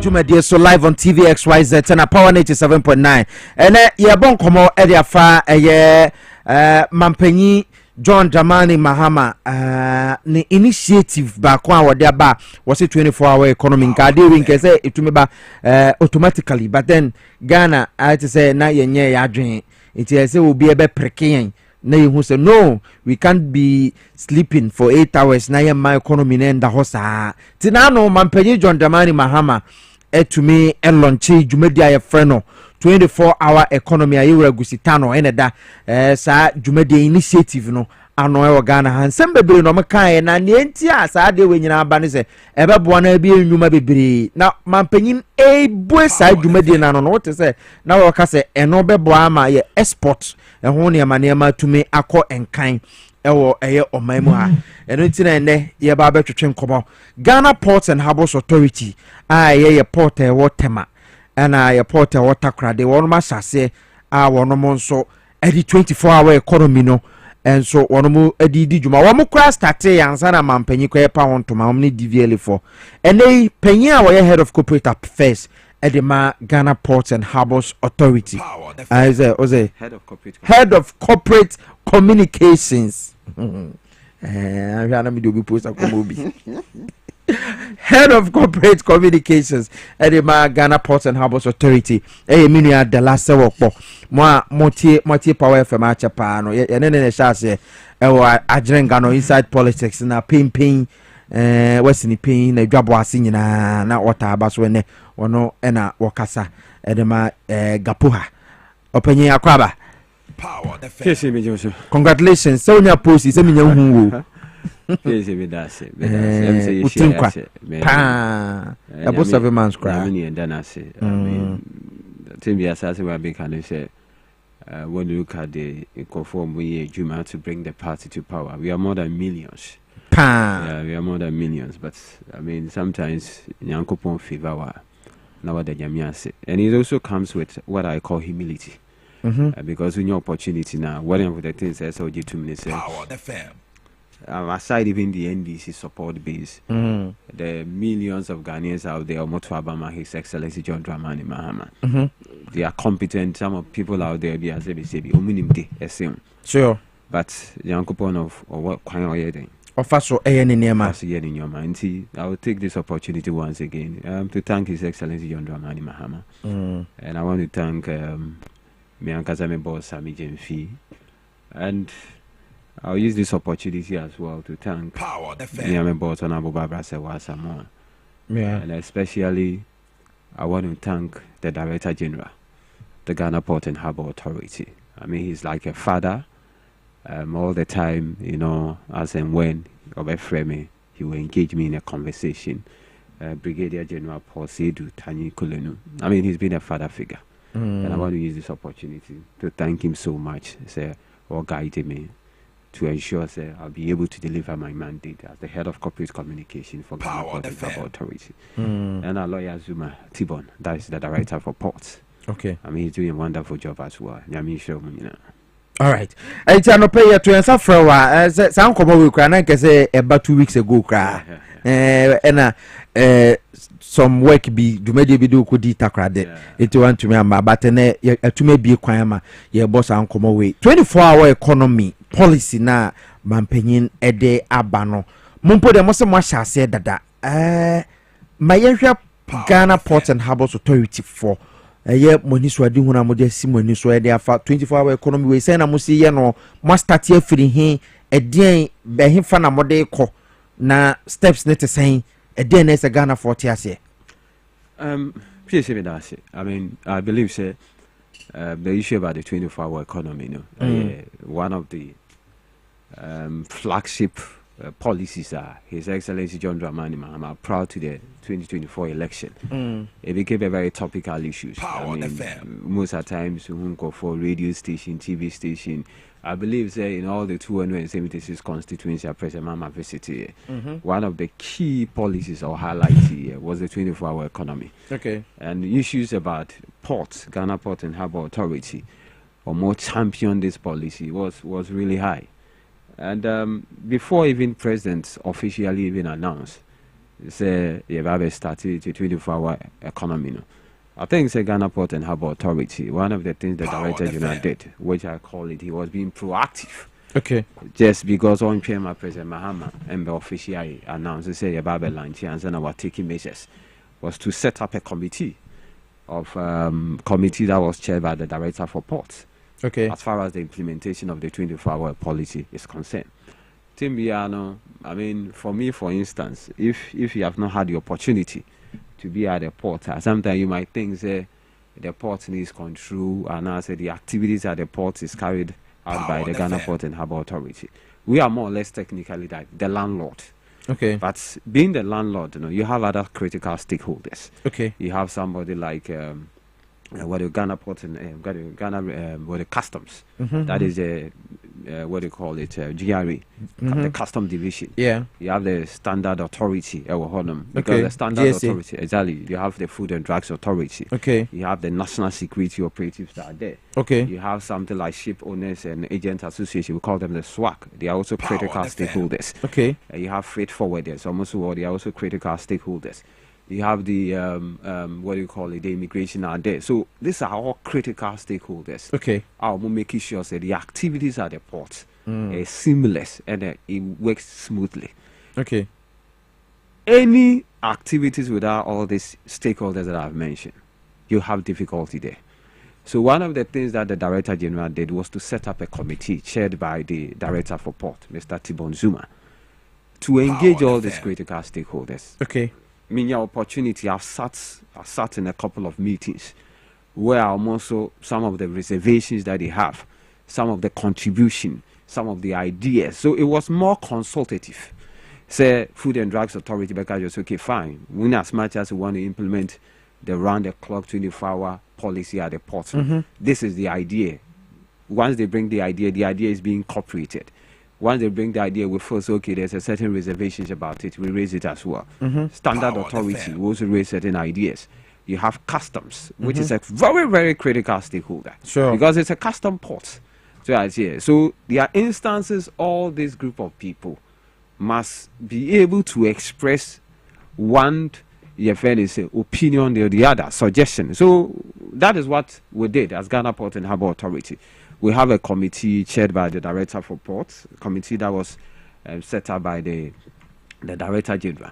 So whilst the President and the 24-hour economy team were putting measures in place, Ghana Port and Harbour Authority, take a key step to engage all these critical stakeholders. Because, for instance, I mean, when you're talking about joint association of port transport, we call them the JAP2. You're going to play a very critical role because someone has facilitated the issue about transportation at the ports. And another thing that we did relative to the preparation towards the 24-hour economy was the issue about procurement of trucks. I mean, which I want to salute the Director General. For instance, I mean, there was this concept where containers will come in weight for trucks. But the Director General, through his management and everything, thinks it should be the other way around, where trucks must come and wait for containers. So I say, because if container ever change trucks, now the trucks are not there, it creates a lot of what I call congestion at the port. So I say, so one of the things that we did has to do with, under the able leadership of the Director General, was to quickly to procure trucks. We're procuring 30, but so far they've delivered 15 of them. We're expecting the remaining 30 to come and augment a fleet of trucks. We're also trying as much as possible to ensure, when it comes to some of the frustrations that customers go through, it's been dealt with and it's been dealt with well. So when it comes to Ghana Port and Harbour Authority, measures have been put in place. The necessary stakeholders or more matter as far as the port is concerned, like Council of Freight Forwarders Association or more Executive Secretary, Nana Fedu Ajiman, Ufuriata. I mean, about 2 weeks ago, me the interviewer, appear on Eye on Port, that is Ghana Port and Harbour Authority, Yankasa, the media house. And he applauded the Director General with respect to some of the measures that has been put in place. And I applauded His Excellency John Dramani Mahama as well, with that bold initiative as far as the 24-hour economy is concerned. So as far as the port is concerned, all the critical stakeholders that matters, like I've indicated to you, the Ghana Customs, you engage your more freight forwarders, we have engaged them. What do you call it? The Joint Association of Port and Transport, JAP2, we have engaged them. What do you call Food and Drugs Authority, we have engaged them. So all the critical stakeholders are making sure say this 24-hour policy implementation will be successful, will be effective, and ensure that President Mahama's vision, as far as the port is concerned, is being achieved. All of them have been engaged as I speak to you. If you listen to the president, it means that the two ports, major port, Tema and Takoradi, are critical parts as far as the 24-hour economy is concerned. Okay. It is a CS Obi Eba na opesa wodene ma free amanoneba and I say Obi pese wokokra of ordinary ma free Ghana ha ko amanonea. Doesn't mean saying after 6 p.m. oba tema enema gu akwema na dwo obetuma ba be ne bibia no ko. Say me say no videos recently. I mean, say one kasa what me say even before the official announcement of the president. Not tema port, they are starting a piloting, and I share some of the videos with you. Okay, yeah, the video no to screen so to show time and now for air offloading air containers or air tema port or sene city now they are santi osha Ghana Ports and Harbours Authority 24-hour operations. No, that is exactly what it is. 80 the line way your friend is saying forklifts ne are there.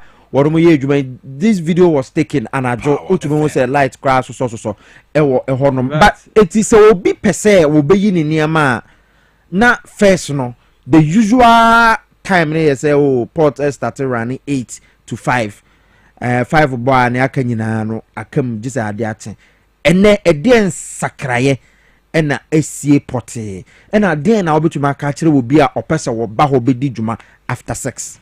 You know, first of all, let me put this on record. Say, MPS. Yes. Yeah, MPS. Before even this, operate 24 hours. Ghana Port, Meridian Port Service. Exactly. Ghana Port and Harbour Authority, and then you operate 24 hours. So what we have done now is, as you can see from the video now, we'll show on the screen.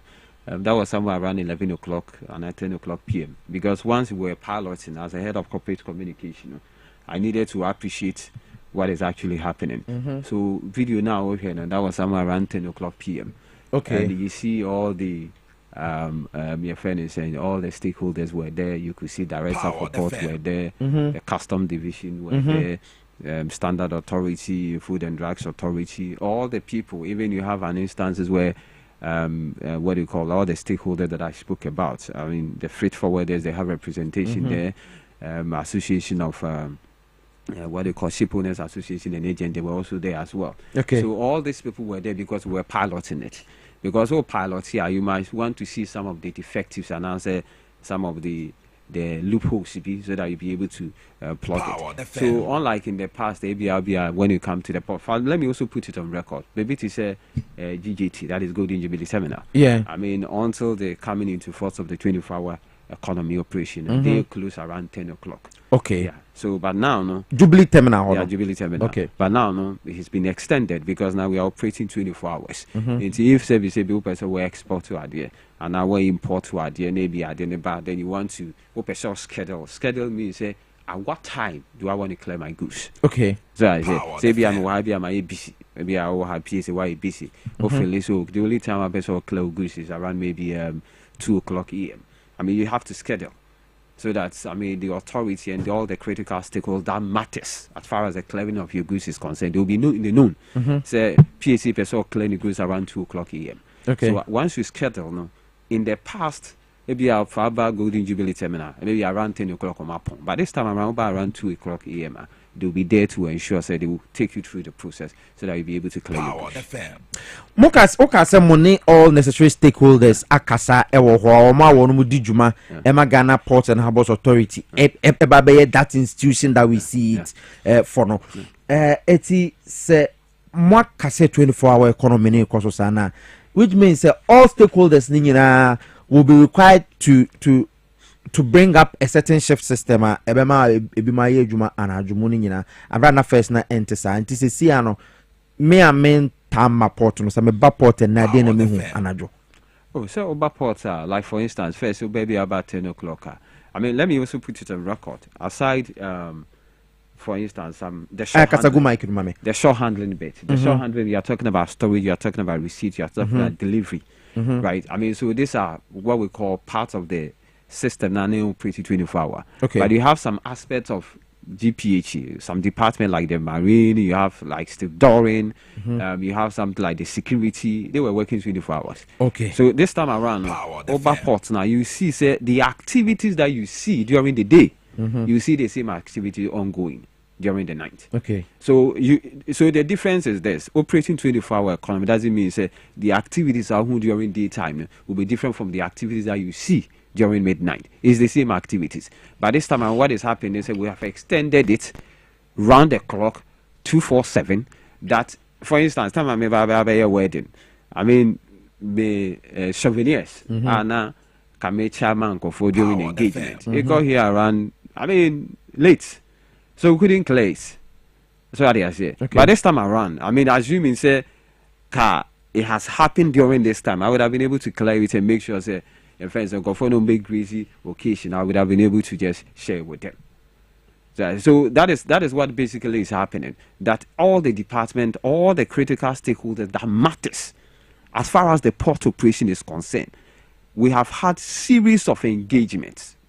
If I've not lost count, I mean more than even 5, where the Director General himself will chair it. In the absence of the Director General, the Director for Port, the management as far as the Ghana Port and Harbour Authority, you have an instances, customs will be part of it, Food and Drugs Authority, freight forwarders will be part of it, Ship Owners and Agent Association of Ghana, SWAG, will also be part of it.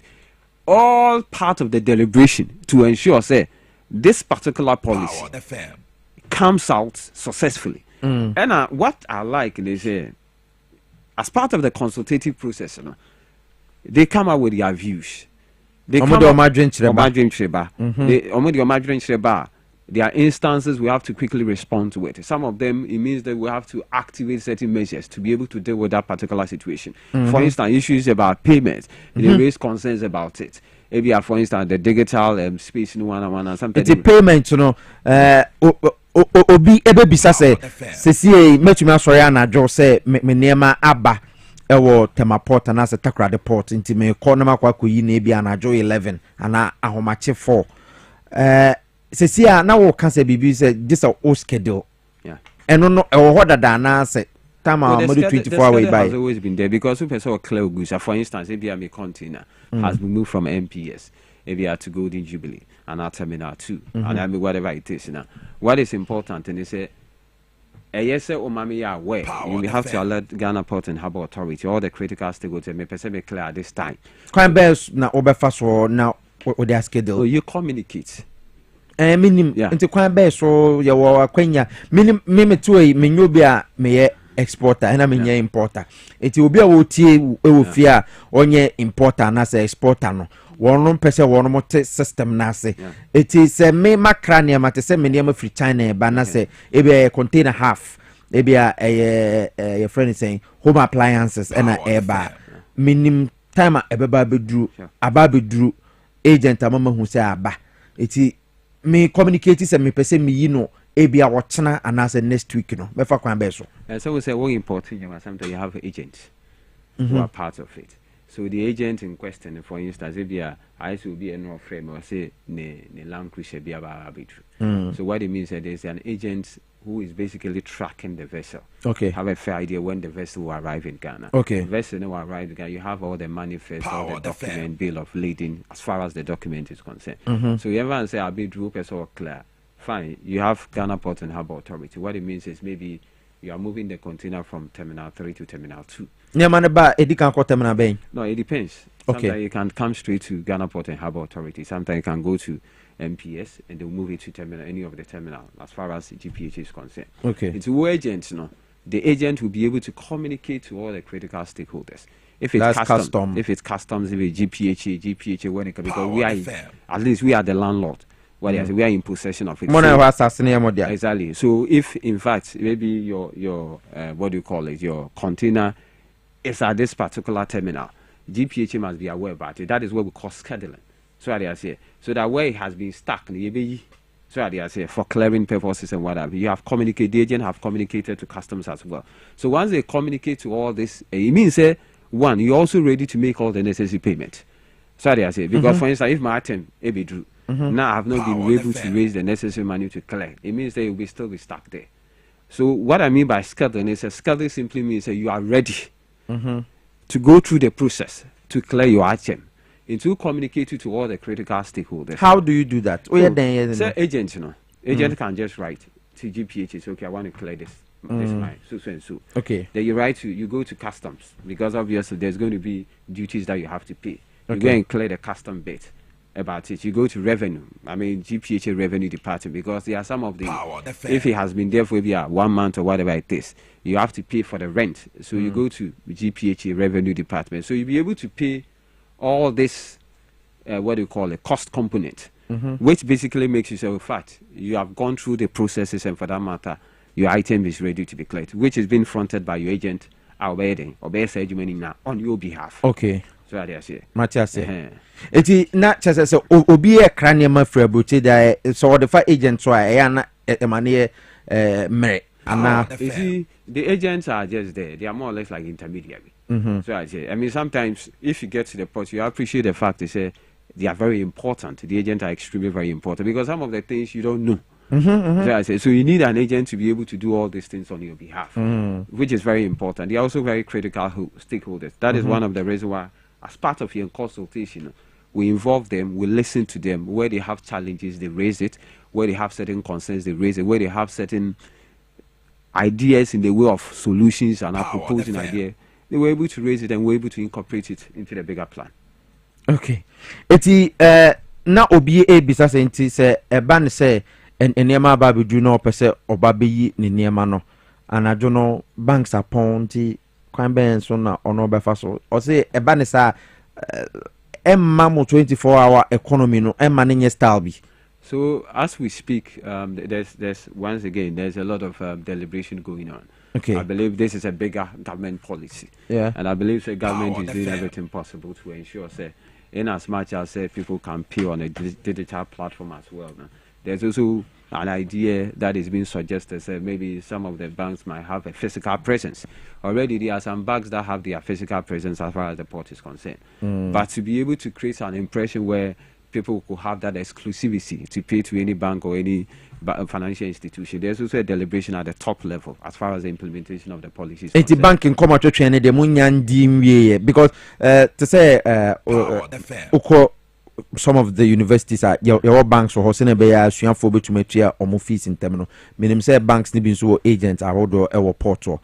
I didn't a man for a man can only my mom come on or say almost over running almost staff no and I do fan till the next morning. As part of, that's why I told you, as part of the financial institution, it's more bigger, where you have the finance minister, the Bank of Ghana, even as part of the bank policies too. Because mind you, it's also an opportunity for banks. Yeah. It's also an opportunity for banks to cash in. Yeah. So it's up to the bank to be more proactive, to take advantage of the opportunity that has been created. We believe sincerely, implementing of a policy initially might come with its own, your friend say, 1 or 2 challenges and whatever. But I believe as time goes on, all this thing will be sorted out, and the bank bit will also be sorted out as well. Okay, so banks will be rolled out. Na almost at me aye jumano to send ye more no. It's a day na obe pesa Ghana for betia se fa a more 24-hour economy. Operations, say 24-hour operations now. They say Ghana Ports and Harbours Authority running so fast. See a portal. Say ya batema. What my atia say obeba be who say enume amount for a while no yejuma. Banks ya amount for to be payment around that time. Would you advise payment or yen and tem maybe I am found crata mum and emrana joanna say. I believe, sir, to say the again, the issue about people making payments on digital platforms. Like I said, once we had the meeting, a lot of concerns were raised in respect to that.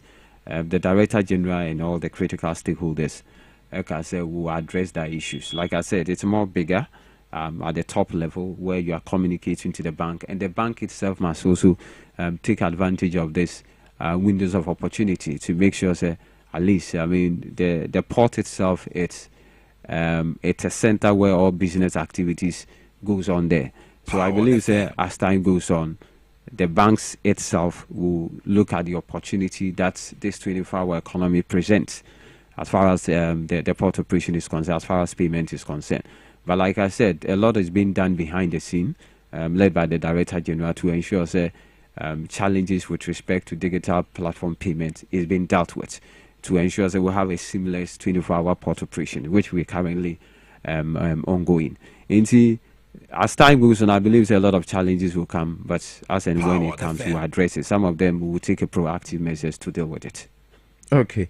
Now, meeting because so Ghana Ports and Harbours Authority, Professor Jampu, no Shippers Authority, penny EBP mo na mo se na mo pese mo boa se na be ya manfo you money very easy na fe cost of say ye niema na ye exporting niema no eno so atume akofom pa me pese me hu ni esi airport na number 2 ye mampanyina eche special committee a hwe se be encourage Ghanaians to export more from this country to other markets Europe any US ni Asia ni ekeka ka ho no eno so edin anamoto na moto first the meeting then later na yaka export no so ehun asem. So for instance, I have sat in a meeting, couple of meetings where Professor Jampo, the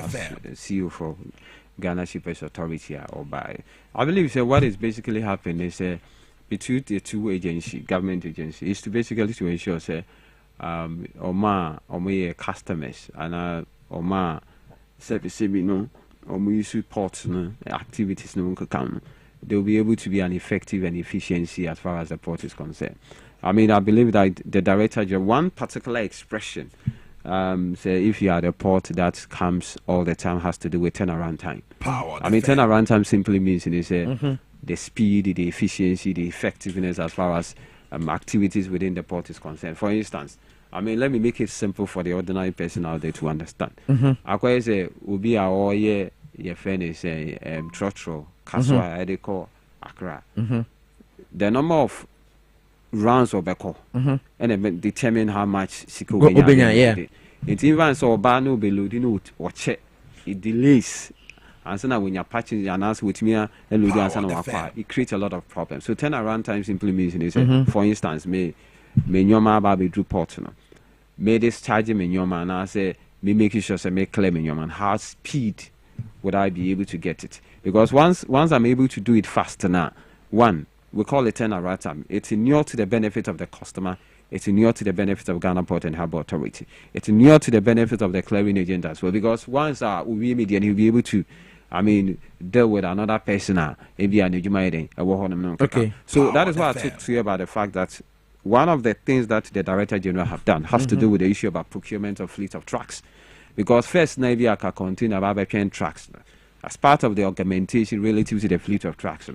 By the time maybe a new man about the trucks are already there to ensure say customers don't go through the stress, the difficulty. So when your man walk on them per trucks are loaded, it becomes a difficulty and what have you. Now, trucks. No, you see, sometimes you do that in conjunction with maybe private, organization. But sometimes there's something I call backward integration. I mean, sometimes one of the things. No, you see, instead of depending on a third party, which determine what they are saying, how your activities run, it will be better for you to depend on yourself. That's what they are saying. Because instead of maybe, for instance, you are depending on maybe a private, a private person who may provide you with traction. Maybe at that time now also hear traction. Maybe a traction is you maybe full. So I say. Yeah. But once you have your own tracks, you have a certain control over that track. what they say relative to how they'll be able to help customers to move their goods from the port in and out and what have you. Okay. And another thing the Director General basically is doing relative to ensure say this turnaround time is there's a road that links Terminal 3, I'm talking about MPS, directly to your friends Terminal 2 and any of the Terminal 2. But what normally happens is this. I call it a Piesie Okrah Parliament House. Okay. From here, you can go straight to Parliament House. Yeah. But local streets. But the road is not accessible. Mm-hmm. So every year, this walk of through police headquarters.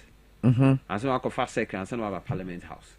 So it's because of the inaccessibility of that road. Yeah. But as I speak, Director General, I mean, through his visionary and able leadership, currently what he's doing together with the management of the Ghana Port and Harbour Authority to make sure that particular route, that link directly from MPS to Terminal 2 is being worked on. So I see. Okay. It's also increased what I call, it's improved what we call the turnaround time. Instead of Akofa, Lungu no come. And when it comes to the Dwabo Ase roundabout, which basically is a road that link directly to the Ghana Port and Harbour Authority, is currently being worked on to ensure in terms of movement of trucks, it will be facilitated. So there's a lot of measures that is being put in place to ensure, like Professor Jampu said, he is there to represent what he has here, the interest of shippers. And Ghana Port and Harbour Authority is also there to make sure that particular interest is being facilitated. So there are two government agencies, and we are working together. We are working in harmony to ensure at the end of the day we'll be able to effectively deliver on the mandate to ensure customers are or more AU support and they have been able to deliver perfectly. Forgive Agboja TN or Facebook or say voice name by Intimpacho position microphone ye na kasa egum kese mame na Dons Kabilo and so I say 24-hour economic policy no ebetumi aboa ama Ghana for Abrabo Motumia concurrency. So Ghanaians will accept the fact that the policy isn't NDC but the Ghanaian policy ebeboa ama obia ahuye was say number one, after your agent gets green light from the shipping lines, the agent goes to GPHA for payment for which is rent handling charges, etc. Number three, you go to the terminal holding your container to deposit X schedule.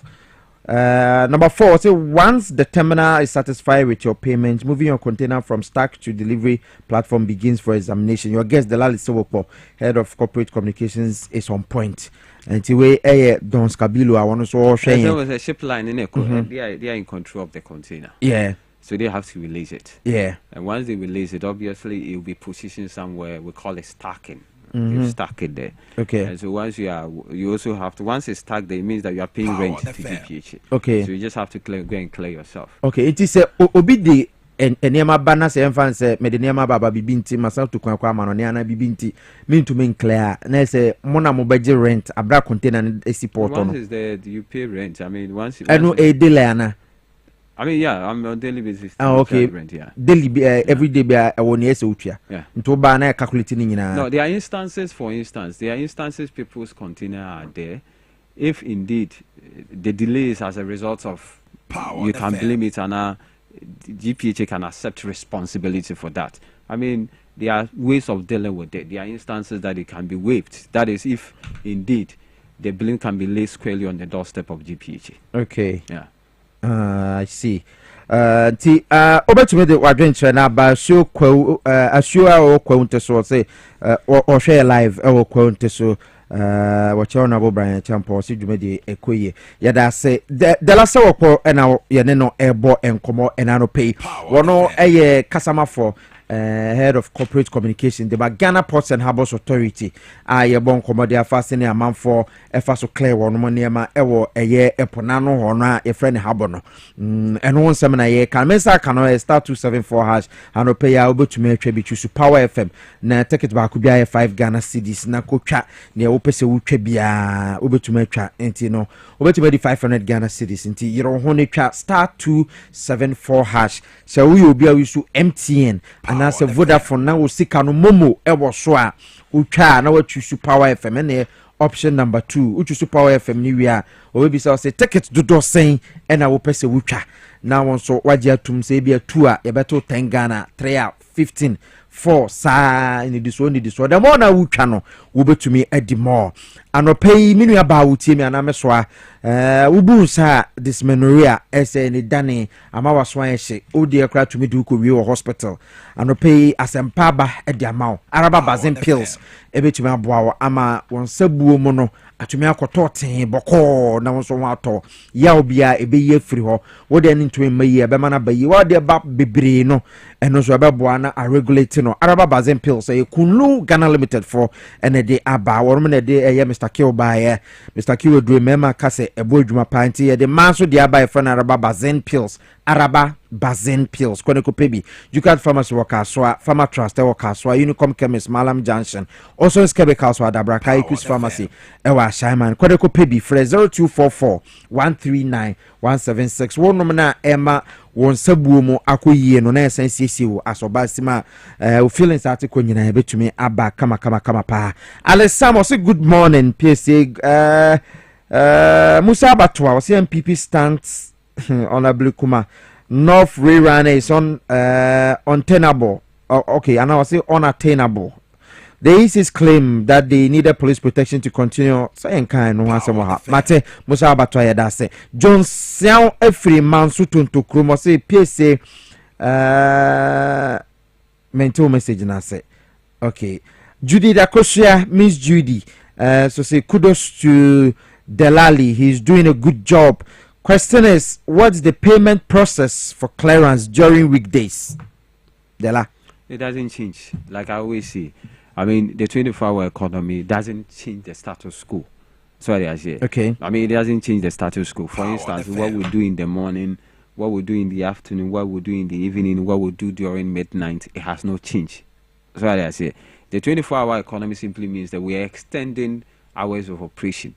In the past, for instance, there are maybe customs, what do you call it, at Ghana Port and Harbour Authority, maybe around 5 o'clock, customs have closed. So I say, if you be a person clearing a car, that particular point in time, won't mean raise an invoice as far as custom is concerned. It hasn't changed. What has changed is a extension of what we call hours in terms of operation. You see, whatever activities, it's just like since Piesie Okrah is here, the political program that you are hosting around this time. If Power FM and XYZ can say, okay, if I want to replicate the same thing at Donna, the style, the adverts, the LPM or whatever, it will not change. May not change. It will remain the same. It's not like me, it won't change. It will remain the same. Whatever that changes has to do with the fact that as time goes on, I mean, no institution is static. I mean, institutions are supposed to be revolutionized in terms of thinking, in terms of ideas, in terms of strategies and what have you. But whatever activities that goes on at the port in the morning, in the afternoon, it will not change. It will continue. The same thing. It will be sustained. So as what has changed has to do with the extension of time in terms of operations. So whatever activities are custom by from maybe 8 o'clock, what we call AM, to 5 o'clock PM in the past, right? It will just be an extension of the same activities as far as the operation of the 24-hour economy is concerned. It's nice and na ekoso hono that nyina enwa bi na matam absolutely e de akọ enumere absolutely and say say omo awo no ye adwuma to say mo staff no Ghana Ports and Harbours Authority and say mo be biem because Simon has sent me a message say more farm for adwuma mo ma work I think basically I don't want to really talk because it's a very sensitive matter, but I just want to look at it from the national perspective related to the 24-hour economy, because at the heart of the 24-hour economy has to do with job creation. So I say, but I believe as time goes on, Ghana Port and Harbour Authority, the Director General, I mean, relative to what the policies entails and the fact that what do you call, you might have an extension of staff, you know, even work in the shift system and what have you. Definitely it will come to fore. But what is more important is the fact that if you look at the Ushe video now that was scrolling on the screen, we had the lighting system, because for instance, I mean, part of the security measures means that illumination of the various terminals to ensure visibility as far as the operation of the 24-hour economy is concerned. Issues about security is one of the top ones. The Director General who is a brigadier general in the army. It's not easy to achieve that feat as far as the army is concerned. He himself is a masked man when it comes to intelligence, when it comes to security issues and stuff like that. We have a colonel who is basically manning or in charge of our security as far as the port is concerned.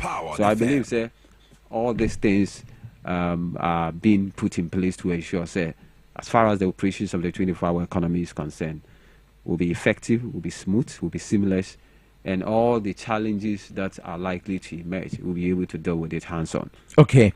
And Miss Judy, question now beside our Facebook. This is Power FM Facebook page now. Now I say operation who weekend rather. Say and also she say anything the same thing. I mean, it's just like I said, nothing will change. The 24-hour economy, 247 simply means 24 hours on what they call 7 days in a week, 24-hour operation. So like I said, nothing will change. What it simply means is the activities that you see during the daytime. The same activity will be replicated during the midnight, during night, during dawn, whatever time. That is it. Nothing will change. Okay. It's the other issue. So now, I'm Eric Agbe. Say I always enjoy listening to Honorable Delali Sewoko. Please tell him I would like to meet him personally. Keep up the good work. Was say Boa Basuna Oti Ubia na Neniaje. Ma my uncle obi the message a free kaswa de abreme or say a friend kwabena or the free kaswa na ba say Piesie Pacho kache the last brofona drosonti on family twimu kakra. Listening to him, he's doing very well in the Tree language, even though I know say onye I can by onka tree ni kakra nti dala we feedback ye ti for ne ahwefo ni bi enso de abakaswa kwabena or the free kaswa by ye da say any o message I want so we de buy Ali dodona friend no 10 by 10 ana 10 wo bogo so ono so say wo hwedwumadi say eye pass ye di sankomo we Ali me so me da se pass won so wo bogo so na won so hwedwumadi wo mfa ni agrokra my yanko back to say wo kra na wo make is post no o ko ho but one said an ko ho pizza meetings are more say cost of doing business at the port no ebe for and he fana modru. Oh, there's been a lot of engagement to that effect. Same here, some Americans say when it comes to cost of doing business at the port, for instance, like mechanics say Ghana Port and Harbour Authority, they are just landlords, right? I say the issues about tax components, revenue and bit, it has to do with the Ghana Revenue Authority, GRA, and it sometimes come with government policy. But what I know is the Director General, I mean, together with management, are having critical stakeholders meeting. I mean, one of the things that really has helped relative to the port business, and then it's the dollar. Yeah, so the dollar nice. Absolutely.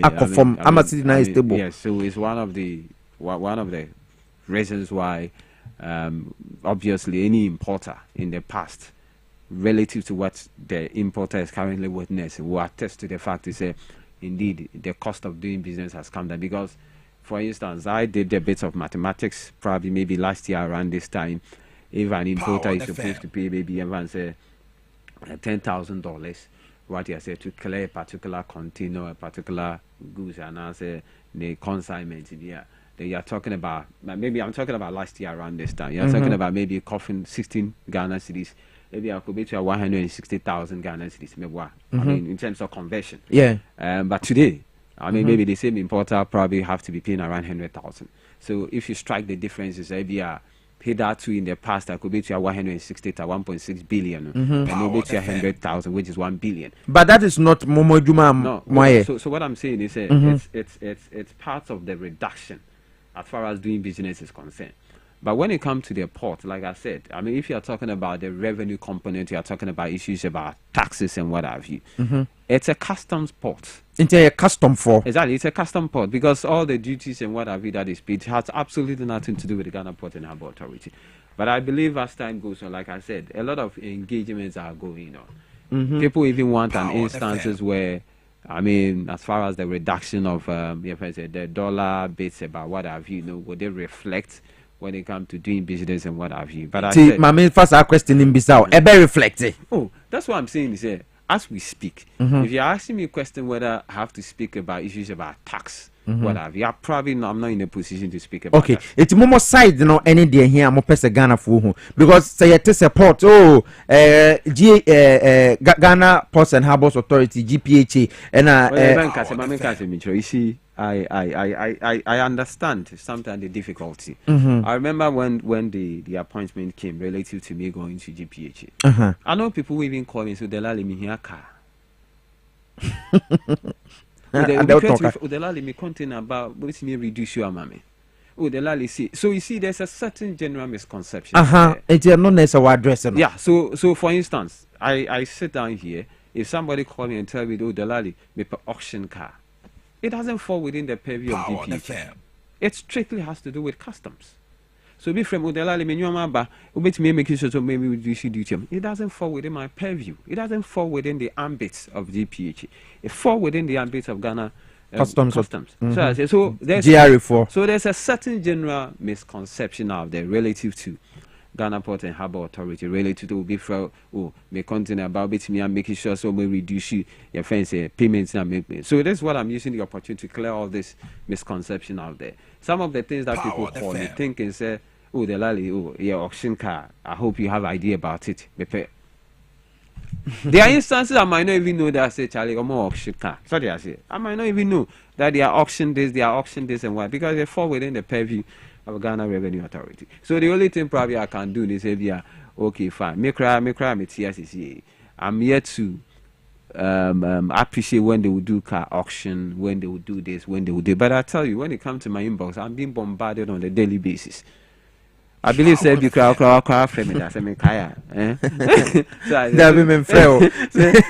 So that is so I understand. I mean I understand the fact that once you talk about Ghana Port and Harbour Authority, people assume that all the activities that goes on at the port, BB of course will port be they fall within the purview of Ghana Port and Harbour Authority. But in reality, we are just landlord. Mona assassinate mo dia I to send you mo sifie na obi abetrim na bia oton kuku na we so atrem na oton we eti wo no o dia ne se o jisika se bia bosom se container ba edaha enase ya yena yehwe so ama wo na ya juice kakakra ba custom for ho won mo adwo de okay for instance would the bedroom be ba when you bring something that that's one of the reasons why as part of this 24-hour economy, one of the issues that has come up so strongly has to do with joint inspection. Because joint inspection in the day. For instance, container Biaba. You understand? You expect that all the critical stakeholders I have mentioned, customs, maybe GPH have their health services. We are there. We have Food and Drugs Authority. You have immigration. You have all these individual that critical stakeholders that really matter. They have to be there for joint inspection. Because, for instance, if in your Maba, now GPH have done its parts, other agencies have done its part, now customs is not. There's absolutely no way you can clear it. Sorry, I say, and it's part of the delay relative to clearing of your friend say goods at the port. So it's one of the things that the Director General has forcefully advocated for about joint inspection. For instance, if we are earmarking, if we are allocating say 20 minutes.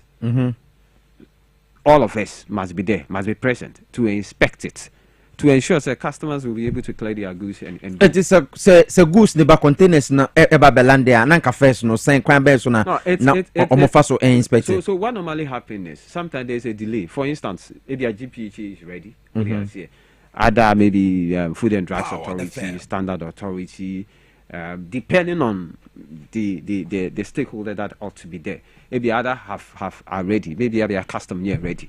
So I said, but custom, like I said, it's a custom port. So if all the other critical stakeholders are ready, now custom is not ready. Obviously, you can be certain that there's going to be a delay relative to clearing. It was a more DG to say then so all the meeting. One of the things that he has strongly advocated for is about the fact that listen, all the joint inspection, all the critical stakeholders must agree on time.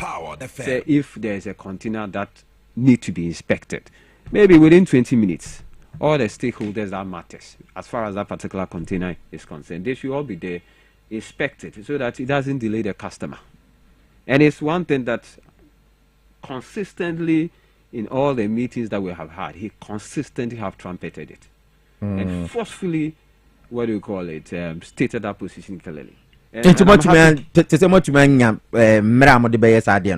think there has been an improvement with respect to that. I mean, you started piloting, customs were there, and customs through their sector commander, Madame Teresa Potaki, and through their commissioner general, who obviously is also a brigadier general in the army, have a very good relationship with the director general for Ghana Port and Harbour Authority, have retreated consistently, say they are ready. Because the issue about 24-hour economy is not about Ghana Port and Harbour Authority. It's a national duty. It's a national call. Is it that more person munya static time say every day be containers are emphasis everybody drew from we are 12 copy or channel per section inspect until midday be na inspect. No, what it means is as for once the schedule, like I told you, men are my importing in your but you know, clearing a goods means there's what we call the certain financial commitment. So I've said, say, okay, for this is the time that I want to clear my goods. What I'm simply saying is when it comes to the inspection, what do you see? When it comes, for instance, there's something we call on stop. Stop means you are opening up the container. Okay. So some of them are house to house. Some of them house to house simply the container bar straight. Once they left it straight to it's designated destination on account. So what I'm just simply saying is a banner be a food and dry sort of what inspector. What do you see? Now me a standard authority. Now some about inspecting me call. Maybe a GPH I maybe what other stakeholders are your idea. Then maybe after you are done, it will take maybe the next day and I say 2 hours and send a customs ID about being inspected. Okay. Once it happens like that, it delays and it affects the turnaround time. Like I said, one of the most used expression that I've heard as far as being at the port is concerned is the turnaround time. And the turnaround time is at the heart of every port operation. Okay. So I say so. It's one of the things that the director general, because it's a concern raised by maybe the ship line, concern raised by the freight forwarders, agents, and all these stakeholders. They have raised that particular concern, and he is so forcefully pushing the agenda so they can have what we call joint inspection, so that when we need them so that we'll be able to facilitate an effective and similar support operation. Baba Bisa says a Ghana ni bi tio se sie ya obetuma no munsuo se opesa onoma o tie wo se sie ya na ye se ye di enkomo de afa Ghana Ports and Harbours Authority ho a e die pa na opesa sa Ghana ni no etiase e de fa dwumadi a Ghana Ports and Harbours Authority edi but agbozo heba clinic premature ejaculation low sperm count STDs enemu yare fabra ho joma ama reset economy no won say esi a Ports and Harbours for a 24-hour economy omodi economy friends a 24-hour initiative na ko ho enya asem ke 20 agbozo heba clinic nso se bra na yen reset system emfa mount bema wa yemre oba enemu yade enti bema e ba ho na usuru na ofere ko na kwaje ayarehwe ye kwashima ne ba hemfie no agbozo heba clinic obetuma abo pa ma ho ato 0241 750282 0241 750282 temafo yedi temankomo yedi say temafo no community 25 Savannah Junction opposite Deaf Track where na obehu yan your number is 0557 402 696 0557 402-696 agbozo heba clinic ebebwama yare bia ha obia fa ennem no eno so ebetumi akome ne dalali se wokpo ena twetwen komo head of corporate communications at the Ghana Ports and Harbours Authority dala ye pon etisesia no asembe na pesa wudi ja Ghana for wabra yekoi asem pesa mi ja Ghana for ni say first of all Ghana Ports and Harbour Authority like the president indicates, will play a very crucial role, critical role as far as the implementation of the 24-hour economy is concerned. Yeah. I believe we say as a port and harbour authority, our mission is to provide efficient port facilities and deliver quality service to our customers. That is Ghana Port and Harbour Authority. As part of our mission is unlike in the past, maybe when drew port on them. Maybe 1 a.m. and I say you feel say maybe if it's 1 a.m. and I say 2 a.m., 3 a.m., 4 a.m., 11 p.m. you are unable to clear your goods. No, I just want to assure you, say as we speak, the Ghana Port and Harbour Authority is operating 24/7. The activities now will be during the daytime. It doesn't change. Payment method doesn't change. Delivery doesn't change. Your friends, shore handling activities, it doesn't change. Stevedoring activities doesn't change. Security now, operations of security and everything that you see during the daytime, as far as the port and harbor authority is concerned, it doesn't change. The same thing I will say, extended for 24 hour. And I believe there's a lot of measures being put in place by the Director General and his able team, as far as the port is concerned, to ensure a lot of activities goes on well. All the critical stakeholders, they've raised certain concerns, they've made input, or making suggestions, or the ideas relative to how best to be able to ensure the 24-hour economy operation is effective. All right. We are there to help. We are there to support. And I want to use this opportunity to thank you for the great job that you are doing for Mother Ghana. Medase. Menso medase. You need toll free number bia wo hwa se bibia ni a ye betumi afre na bia obi pese wo ye inquiries bia na bibisa minim de se mema okwan na wahwehwe no na wo de no atudwansa na sorry. So some quick messages. Forgive Agboja Ase, we can't hear him. Oh, I think say you're correct sir there. And support is also watching you live from Gomoa West. What message does MPP has for incoming election? Greetings to Pastor Obe. That is said okay. MPP election, no, okay. I think the city has helped in doing business at the port. Last year, the duty of Akura RDX 2019 was almost 200,000 Ghana cedis, but now it's less than 100,000 Ghana cedis to clear. So with 24/7 operations, you can clear your cars at any time. Your guest is on top of issues. Tape Samuel Osisho and Richard Okrah says she got a message of okay. I think could you down Kwanane so answers our question on medical and Akasadada. Achukwashi say that was a guy Power FM. Okay. All right.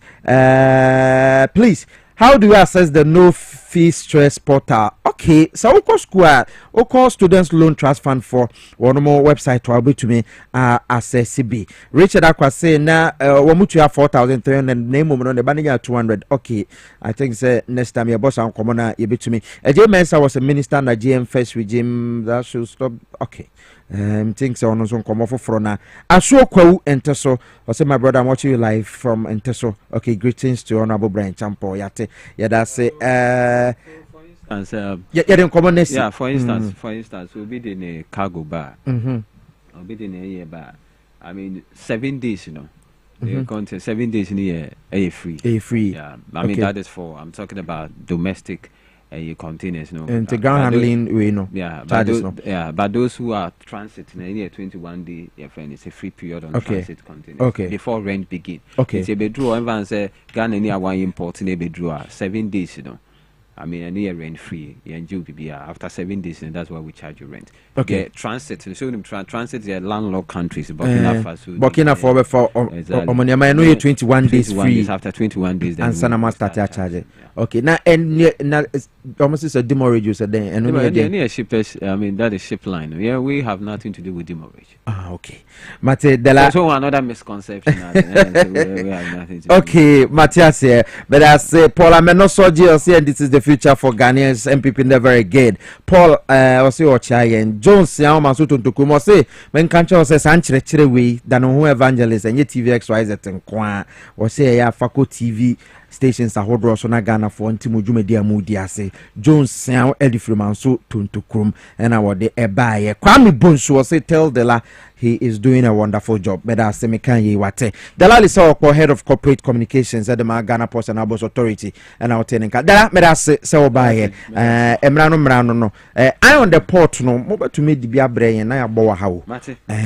Send a bay a man for so. Yeah, I agree with you. Yeah. Your money we can now man for there's something we'll discuss about. Intino propose and the whole channel. Okwana atamwa de boko na de ko.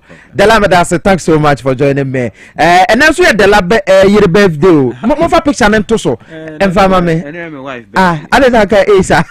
What do? Mrs. Delali say work no. And the birthday. Wonderful wife. Okay. I mean she's been very supportive. Wow. She's very supportive. In fact, I mean in the past, I had difficulty when the Mother's Day, people even meet the idea and celebrating Mother's Day on a daily basis. Until when I had my firstborn and I noticed that Mother's should be celebrated on an hourly basis. Oh, yeah. It's not this at 10. I mean, sometimes I appreciate what she goes through, the difficulty she goes through. Okay, inti Pel Aku Jogbenyui Zoyeku. Simply Mrs. Delali Sowokpo. Happy birthday going out to you, Mrs. Yankopon Shraopa, Ukunun so how boy Jumade Abwagana mai. Inti ene se utumi emani treat. Pa. Inti ene Sada Fanuko or lunch no omo money treats. Kama. Dalaveda say happy birthday Kesem Koma Adelaide Kunadu crying of Chira Presbyterian Basic School Chira in the Brown region from your father Mr. Mark crying the Church of Pentecost Mount Olives Assembly Iowa Chira and what they are about ene eyawa woda Adelaide Kunadu crying Yankopo Inshira pa happy birthday going out to Theodora Okrah also a birth and death registry ene eyawa woda happy birthday Theodora Okrah Yankopon ento wonkwanam na woma uhonya den yade jumade na siasa da kesen koma me production team led by Emmanuel Owusu, Emmanuel Opoko and NK Obrempon the sponsor wa Prince K me da munyina say Francis Camera and afei Ralph Jampo kamya be kasa runs for Jampo Ralph Jampo ene ne mrante Peter Cranty ni Emmanuel Netemo yada munyina say yada Delan so ase so to me buy yade jumade no AC ewa ha say na